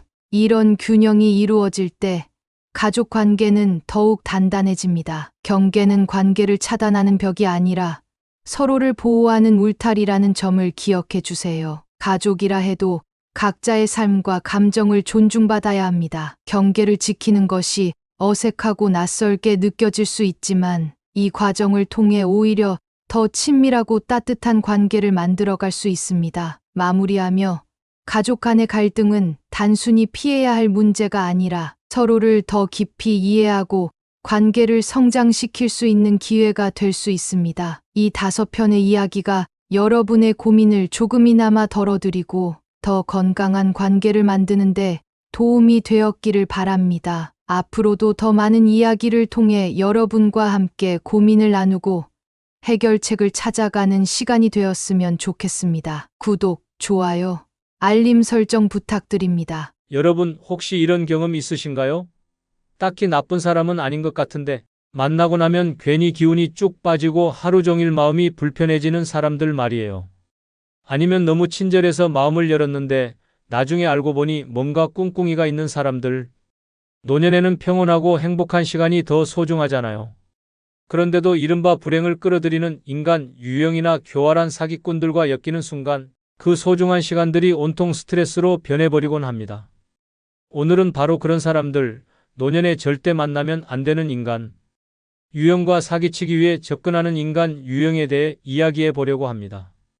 누군가 내 에너지를 뺏거나 지갑을 노리고 있다면 지금부터 그 정체를 밝혀내는 법을 알려드리겠습니다. 재밌고 공감 가는 이야기가 준비되어 있으니 끝까지 함께 하시고 지금 구독, 좋아요, 알림 설정 눌러주시기 바랍니다. 먼저 노년에 만나면 피곤하고 불행해지는 절대 만나면 안 되는 7가지 인간 유형을 말씀드리겠습니다. 첫 번째 유형은 끝없는 불평꾼입니다. 이 유형의 사람들은 마치 세상이 자기 편을 들어야만 한다는 듯 끊임없이 불평을 쏟아냅니다. 날씨가 맑으면 햇빛이 너무 강하다 하고 비가 오면 우울하다고 합니다. 누군가 친절을 베풀어도 이렇게밖에 못하냐? 며 투덜거립니다. 노년에는 여유로운 마음이 필요한데 이런 사람과 함께 있다 보면 정신적인 피로가 쌓이고 그들의 부정적인 에너지가 나를 감싸버립니다. 웃음을 나눠도 모자란 시간에 매일같이 불만과 한숨을 들어야 한다면 삶의 질은 뚝 떨어질 수밖에 없습니다. 이들과의 관계는 점점 악화되기 마련입니다. 결국 내가 기운을 북돋아 줘야겠다는 생각조차 헛수고로 끝나는 경우가 많으니 적당히 거리를 두는 것이 현명합니다. 두 번째 유형은 타인의 삶에 간섭하는 오지랖 대왕입니다. 이 유형의 사람들은 타인의 인생에 간섭하는데 삶의 낙을 찾습니다. 너 그렇게 살면 안 된다. 내 말 들어야 돼를 입에 달고 삽니다. 새 옷을 입으면 그건 왜 샀냐고 묻고 취미 생활을 시작하면 그거 해봤자 소용없다고 지적합니다. 문제는 이들이 진심으로 남을 걱정하는 게 아니라 자신이 우위에 서고 싶어 한다는 데 있습니다. 노년에는 자신의 속도에 맞춰 조용히 지내고 싶은데 이들이 끼어드는 순간 평화는 사라집니다. 그들의 간섭은 작은 불씨처럼 시작해 큰 불안으로 번지니 적당히 선을 긋고 내 삶은 내가 알아서 할게요 라고 단호히 말하는 용기가 필요합니다. 세 번째 유형은 돈 계산에 집착하는 철저한 이익충입니다. 이 유형의 사람들은 돈 계산의 칼 같습니다. 식사 자리에서 누가 얼마 냈느냐를 일일이 따지고 심지어 커피값을 나누는데도 몇 원 차이에 민감합니다. 처음엔 이런 태도가 꼼꼼하고 성실해 보일 수 있지만 시간이 지나면 인간관계가 전부 거래처럼 느껴지게 만듭니다. 특히 노년에는 돈보다는 마음을 나누는 관계가 중요한데 이런 사람들과 함께 있으면 결국 내가 손해보는 거 아니야? 라는 불편한 생각이 자주 들게 됩니다. 돈이 모든 걸 좌우하는 세상을 벗어나 따뜻한 관계를 지키고 싶다면 이들과는 적당히 거리를 두는 것이 바람직합니다. 네 번째 유형은 늘 과거에 갇혀 사는 시간 여행자입니다. 이 유형의 사람들은 과거의 영광이나 아쉬움에 집착하며 현재를 제대로 살지 못합니다. 옛날이 더 좋았지, 그때 내가 말이야라는 이야기가 끊이지 않습니다. 물론 추억을 공유하는 건 즐거운 일이지만 이들의 문제는 과거에만 머물러 있다는 점입니다. 지금의 상황이나 미래에 대한 이야기를 하면 흥미를 잃거나 그게 다 무슨 소용이야 라며 대화를 끊어버립니다. 함께 있으면 현재를 즐기고 싶어도 과거로 끌려가 버리는 느낌이죠. 노년에는 앞으로 남은 시간을 더 소중히 여겨야 하는데 이들과 함께 있으면 계속 뒤돌아보느라 앞으로 나아갈 힘을 잃게 됩니다. 과거는 추억으로 두고 현재를 살려는 사람들과 어울리는 것이 행복한 노후의 비결입니다. 다섯 번째 유형은 피곤한 지적질러입니다. 이 유형의 사람들은 모든 대화에 지적과 비판을 끼워 넣습니다. 요리를 하면 이건 소금을 덜 넣었네라고 하고 책을 읽으면 그 책은 수준이 좀 낮아라고 합니다. 그들의 지적은 상대를 돕기 위한 것이 아니라 자신의 우월감을 드러내기 위한 경우가 많습니다. 특히 노년에는 서로를 인정하고 칭찬하는 관계가 중요한데 이런 사람들과 어울리다 보면 자존감이 점점 낮아지고 기분까지 우울해질 수 있습니다. 내가 이렇게 못난 사람인가? 라는 생각이 드는 순간 이미 그들과의 관계는 해로워진 겁니다. 이런 유형을 피하고 서로를 칭찬하고 격려하는 관계를 맺는 것이 정신 건강에 훨씬 좋습니다. 여섯 번째 유형은 남의 불행을 즐기는 고소한 관찰자입니다. 이 유형의 사람들은 타인의 어려움이나 불행을 은근히 즐깁니다. 누군가 아프거나 문제가 생기면 겉으로는 걱정하는 척하지만 속으로는 저 사람도 결국 저렇게 됐구나라는 생각을 하고 있죠. 심지어 불행한 소식을 먼저 알려주려고 애쓰기도 합니다. 이런 사람들과 가까워지면 나의 어려운 상황이 그들의 이야기 소재가 되기 십상입니다. 특히 노년에는 마음을 나눌 진정한 친구가 필요한데 이런 유형은 그 반대의 행동을 합니다. 나의 사소한 실수나 불행도 그들의 흥미로운 이야기로 전락하지 않도록 이들과는 적당한 거리 두기가 필요합니다.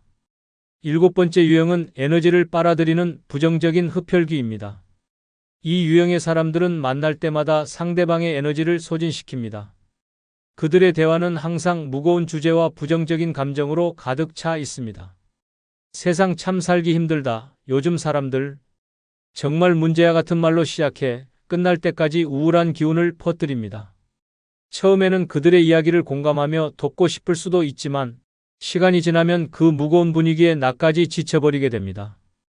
특히 노년에는 마음의 여유와 즐거움을 찾아야 하는데 이들과의 관계는 오히려 삶의 에너지를 고갈시킵니다. 이런 사람과는 대화를 짧게 끊거나 만남을 최소화하며 나의 에너지를 지키는 것이 중요합니다.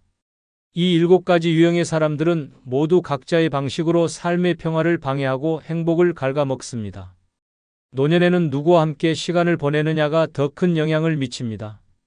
자신을 존중하고 긍정적인 에너지를 나누는 사람들과 어울리며 소중한 시간을 행복하게 보내세요. 나쁜 관계를 끊고 좋은 사람들과 함께할 때 비로소 노후의 진정한 여유를 찾을 수 있을 것입니다. 다음은 노년에 사기치기 위해서 접근하는 교활한 7가지 인간 유형을 말씀드리겠습니다. 이런 인간이 주변에 있거나 접근한다면 무조건 피하시거나 손절하십시오. 첫 번째 유형은 감성팔이 전문가입니다. 이 유형은 노년의 따뜻한 마음과 동정심을 교묘히 이용합니다. 저는 힘든 환경에서 자라 아무 도움도 못 받고 살았습니다. 라며 자신의 불행한 사연을 마치 연극처럼 펼치죠. 심지어 눈물을 흘리며 이건 제 인생의 마지막 희망이에요 라고 말하면 괜히 마음이 약해지기 마련입니다. 하지만 이런 사람들은 보통 사실과 다르게 과장된 이야기를 합니다. 나중에 알고 보면 그들의 사연은 어디선가 가져온 허구일 때가 많습니다. 특히 돈이나 재산을 부탁하며 갚겠다는 말로 설득하려 할 때는 더욱 조심해야 합니다. 감성팔이에 넘어가지 않으려면 아무리 사연이 가슴 아프더라도 냉철하게 사실을 확인하는 습관을 들여야 합니다. 두 번째 유형은 재테크도사로 위장한 사기꾼입니다. 이들은 요즘 같은 시대에 돈을 묻어두면 손해본다며 노년층의 경제 불안을 자극합니다. 그럴듯한 경제 용어를 섞어가며 이건 100% 확실한 투자입니다 라고 장담하죠. 이런 사람들은 소위 말하는 한탕을 강조하며 짧은 시간 안에 큰 이익을 볼 수 있다고 설득합니다. 하지만 현실은 그들이 가져간 돈만큼 당신의 통장은 비어버릴 뿐입니다. 주식, 코인, 부동산 요즘 다들 이걸로 대박 났다며 불안감을 자극하는 사람이라면 의심부터 해야 합니다. 노년에는 안정적인 자산 관리가 중요합니다.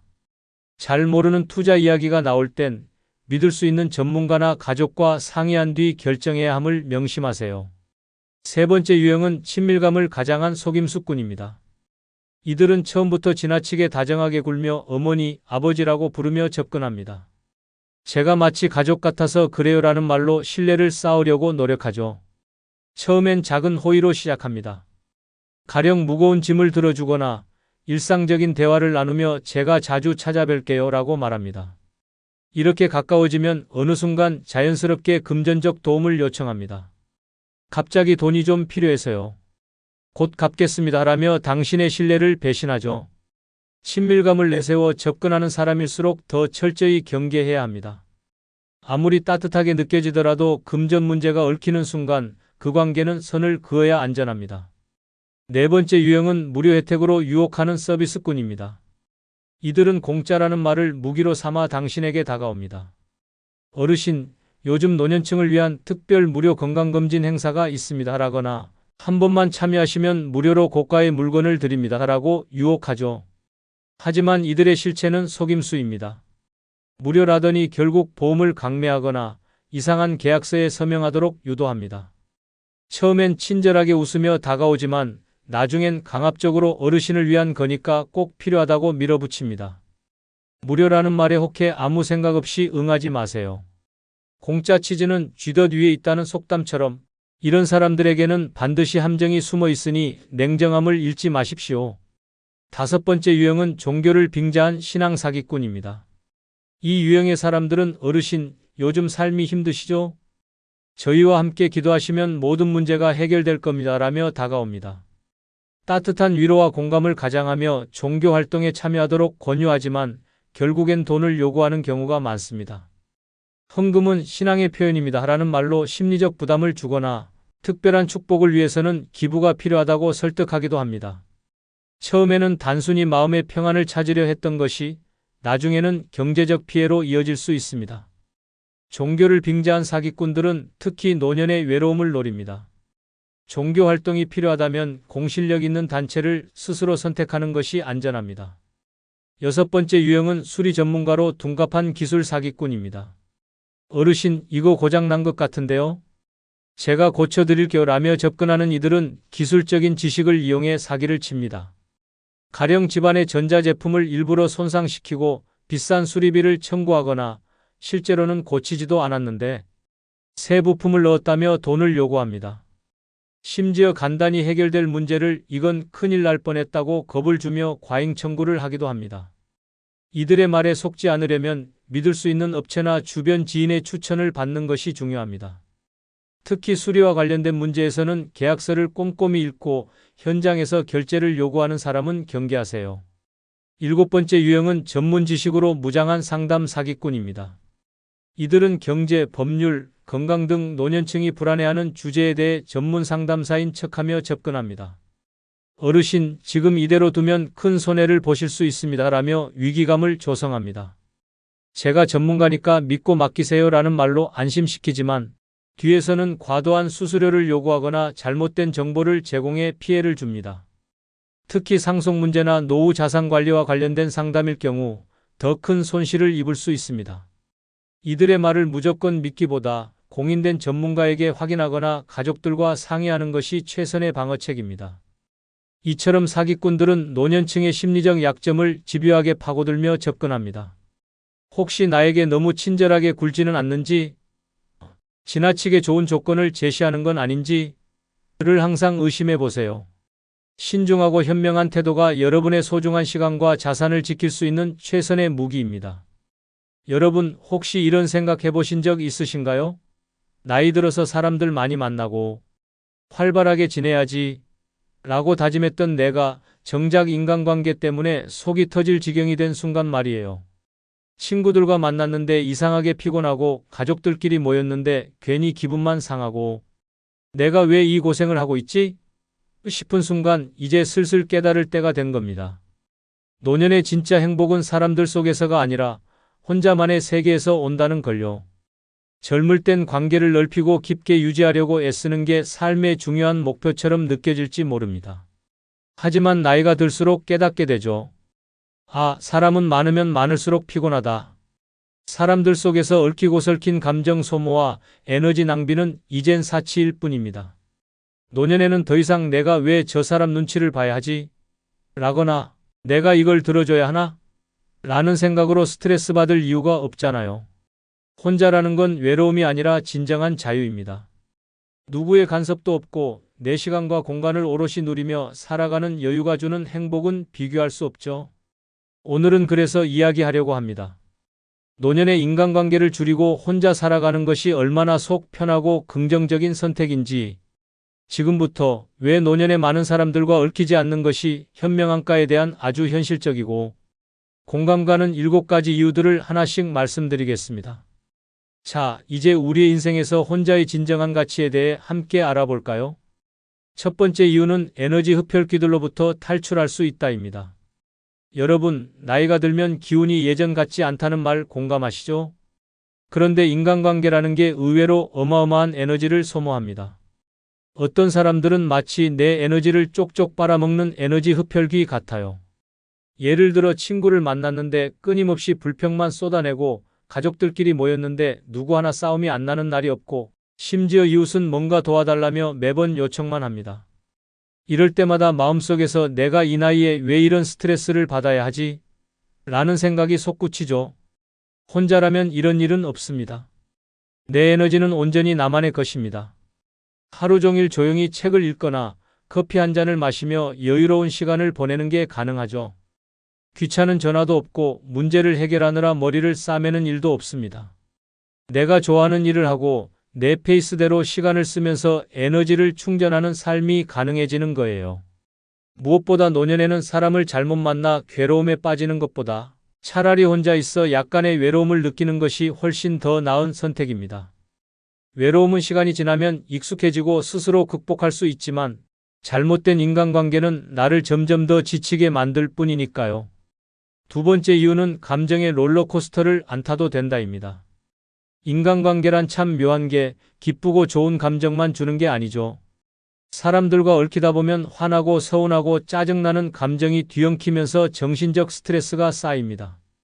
친구와 약속을 잡았다가 약속을 어기면 섭섭하고, 가족 모임에서는 사소한 말 한마디에 괜히 기분이 나빠지고 나도 모르게 감정의 롤러코스터를 타게 되죠. 노년에는 이런 감정 소모가 정말 피곤하게 느껴집니다. 심지어 예민해지는 경우도 많아서 평소에는 대수롭지 않게 넘길 말도 날카롭게 다가옵니다. 이런 순간마다 마음속에서 그냥 혼자가 더 낫겠네라는 생각이 자연스럽게 떠오르죠. 혼자라면 감정의 기복을 최소화할 수 있습니다. 화내거나 속상해할 이유가 없으니까요. 대신 스스로 감정을 다스리며 평화로운 하루를 만들어갈 수 있습니다. 혼자만의 시간은 마음의 평화를 유지하는 가장 좋은 방법입니다. 복잡한 감정의 소용돌이에 휘말리지 않고 내가 좋아하는 음악을 들으며 잔잔한 기분으로 하루를 마무리하는 삶. 이런 여유로운 감정을 누릴 수 있는 게 바로 혼자의 장점 아니겠어요? 세 번째 이유는 완벽한 자유를 만끽할 수 있다입니다. 인간관계란 곧 제약입니다. 친구와 약속을 잡으면 시간을 맞춰야 하고 가족 행사에 불려가면 하루 종일 갇혀 있어야 하죠. 심지어 이웃이 찾아와서 이런저런 부탁을 하면 그 순간 나의 자유는 사라집니다. 젊을 때는 그래도 이런 제약을 나름 받아들였겠지만 노년에는 마음속에서 이게 진짜 나한테 필요한 일인가? 라는 회의감이 스멀스멀 올라오죠. 혼자라면 이런 제약에서 완전히 해방됩니다. 오늘 날씨가 좋으면 산책을 나가도 되고 갑자기 게으름이 땡기면 하루 종일 침대에 누워 있어도 됩니다. 누구의 간섭도 눈치도 보지 않아도 된다는 자유로움은 상상 이상으로 행복합니다. 내가 먹고 싶은 음식을 마음껏 요리하고 하고 싶은 취미를 즐기며 시간을 보내는 삶. 혼자일 때야말로 진정한 자유를 만끽할 수 있습니다. 혼자 사는 삶은 누군가와의 일정에 맞추거나 책임을 떠맡지 않아도 되는 특별한 혜택을 줍니다. 내 마음이 시키는 대로 움직이고 나만의 속도로 하루를 보내는 것. 노년에는 이런 자유가 삶의 질을 좌우한다고 해도 과언이 아닙니다. 네 번째 이유는 돈 나갈 구멍이 줄어든다입니다. 여러분, 인간관계와 돈은 떼려야 뗄 수 없는 사이입니다. 누군가와 만나면 밥 한 끼는 기본이고 커피라도 한잔 해야 할 것 같고 심지어 모임에서는 선물이나 회비 같은 예상치 못한 지출이 생기기 일쑤죠. 젊었을 땐 에이, 사람 사는 게 다 그런 거지 하며 넘길 수 있었겠지만 노년에는 은퇴 후 수입이 한정적이라 이런 일이 반복되면 점점 부담스럽게 느껴집니다. 게다가 인간관계가 깊어질수록 돈 문제는 더 복잡해집니다. 친구가 한 번만 도와줘. 내가 꼭 갚을게라며 돈을 빌려가고는 갚지 않는 경우도 있고 가족들 사이에서는 어머니는 좀 도와줄 수 있잖아요 라는 말이 자연스럽게 나오죠. 처음엔 큰 맘 먹고 도와줬다가 나중에는 관계까지 틀어지는 경우도 흔합니다. 혼자라면 이런 복잡한 일은 없습니다. 내 돈은 오롯이 내 것, 내가 먹고 싶은 걸 사 먹고 취미에 투자하고 여행도 내 마음대로 갈 수 있습니다. 무엇보다 돈 문제로 누구와 다투거나 불편해질 일이 없다는 게 얼마나 큰 장점인지 모릅니다. 노년에는 내가 번 돈, 내가 쓴다라는 마음가짐이 최고 아니겠어요? 다섯 번째 이유는 갈등이 사라진다입니다. 사람들과 어울리다 보면 좋을 때도 많지만 사소한 갈등이 발생할 때는 정말 피곤합니다. 친구와의 대화 중에 그건 아니지라는 말이 나오고 가족끼리도 이번엔 누가 더 잘못했나? 를 따지다 보면 속이 터지죠. 젊을 땐 이런 갈등도 풀어보려고 애썼지만 노년에는 그런 에너지조차 아깝게 느껴질 때가 많습니다. 특히 노년에는 감정이 예민해질 때가 많아서 작은 말 한마디가 크게 다가옵니다. 내가 언제부터 나한테 그렇게 말했니? 같은 사소한 오해가 깊어지면 마음속에서 화가 끓어오릅니다. 갈등을 해결하려고 노력해도 관계는 점점 더 꼬이기만 하죠. 혼자라면 이런 갈등은 0%입니다. 내가 말실수를 할 일도 상대의 태도를 고민할 일도 없으니 얼마나 속 편합니까? 스스로와 대화하며 마음의 평화를 찾을 수 있고 그 누구의 말이나 행동에도 상처받지 않습니다. 노년의 소중한 시간을 갈등에 쏟느니 차라리 나만의 고요한 여유를 즐기는 게 훨씬 현명한 선택입니다. 여섯 번째 이유는 내 시간이 진짜 내 것이 된다입니다. 사람들과 어울리다 보면 내 시간이라고 생각했던 것이 어느새 그들의 시간이 되어버립니다. 아침에 느긋하게 차 한 잔 마시려고 했는데 갑자기 친구가 오늘 점심이나 먹자고 연락을 해오고 저녁에는 가족들이 얼른 와서 손 좀 봐줘야겠다며 부릅니다. 하루 종일 쫓기듯 시간을 쓰다 보면 정작 내가 하고 싶었던 일은 뒷전으로 밀려버리곤 하죠. 혼자라면 이런 상황은 꿈도 꿀 수 없습니다. 아침에 일어나서 오늘 뭐 할까? 라는 고민을 하는 것 자체가 행복한 시간이에요. 날씨가 좋으면 산책을 나가고 별다른 일이 없으면 하루 종일 빈둥거려도 아무도 뭐라 할 사람이 없죠. 내가 좋아하는 취미를 시작하거나 마음 내킬 때 여행을 떠나는 것도 전적으로 내 선택입니다. 누구의 간섭 없이 내 시간을 온전히 내 마음대로 쓸 수 있다는 것은 노년의 삶에서 가장 큰 자유일지도 모릅니다. 하루가 끝날 때 오늘 하루 참 좋았다는 생각이 드는 건 바로 이런 여유로운 시간 덕분이 아닐까요? 7번째 이유는 외로움이 오히려 축복이 된다입니다. 많은 사람들이 혼자 사는 것의 가장 큰 단점으로 외로움을 꼽습니다. 그런데 이상하게도 사람들과 얽혀 있을 때 느끼는 외로움이 더 클 때가 많지 않나요? 가까운 친구라고 생각했던 사람이 연락을 끊거나 가족 모임에서 괜히 소외감을 느끼면 혼자 있을 때보다 더 큰 외로움이 찾아옵니다. 혼자라는 건 외로움을 오롯이 마주하며 그것을 내 방식으로 극복하는 법을 배우는 시간입니다. 다른 사람에게 의지하지 않고 나 자신을 이해하며 내 감정을 스스로 돌보는 방법을 알게 됩니다. 좋아하는 음악을 들으며 힐링하거나 책을 읽으며 지식을 쌓고 자연 속에서 혼자만의 여유를 즐기는 순간 외로움은 더 이상 두려움의 대상이 아닙니다. 외로움은 혼자라는 사실을 깨닫는 게 아니라 혼자만의 고요함 속에서 행복을 발견하는 과정입니다. 노년의 진정한 축복은 이 고요함을 긍정적으로 받아들이고 나 자신과 더 깊은 관계를 맺는 데 있습니다. 어쩌면 혼자가 주는 여유와 평화야말로 노년의 삶에서 가장 큰 선물일지도 모르겠습니다. 이렇게 인간관계로부터 자유로워지는 삶은 단순히 혼자가 되는 것이 아니라 진정으로 나답게 사는 것을 의미합니다. 더 많은 여유, 자유, 그리고 나만의 행복을 누리며 살아가는 삶, 이보다 더 긍정적인 선택이 있을까요? 노년에 혼자가 좋은 7가지 이유 들으니 이제 결론이 보이죠? 네, 맞습니다. 노년의 삶에서 가장 중요한 건 속 편하게 사는 것입니다. 사람들과 어울리는 것도 좋지만 그게 내 에너지를 빼앗고 스트레스를 더한다면 차라리 혼자가 더 나은 선택일 수 있습니다. 혼자라는 건 단순히 외로운 상태가 아니라 내 시간과 에너지를 온전히 나에게만 쓸 수 있는 최고의 자유를 의미합니다. 물론 처음에는 약간의 외로움이 느껴질 수 있겠죠. 하지만 그것도 잠시 혼자만의 여유를 즐기다 보면 이게 진짜 행복이구나 라는 깨달음이 옵니다. 하루 종일 하고 싶은 대로 살고 아무도 나를 귀찮게 하지 않는 삶. 이것이야말로 노년의 진정한 축복 아닐까요? 그러니 걱정하지 마세요. 혼자라는 건 당신의 선택이자 당신만의 세상을 만들어가는 과정입니다.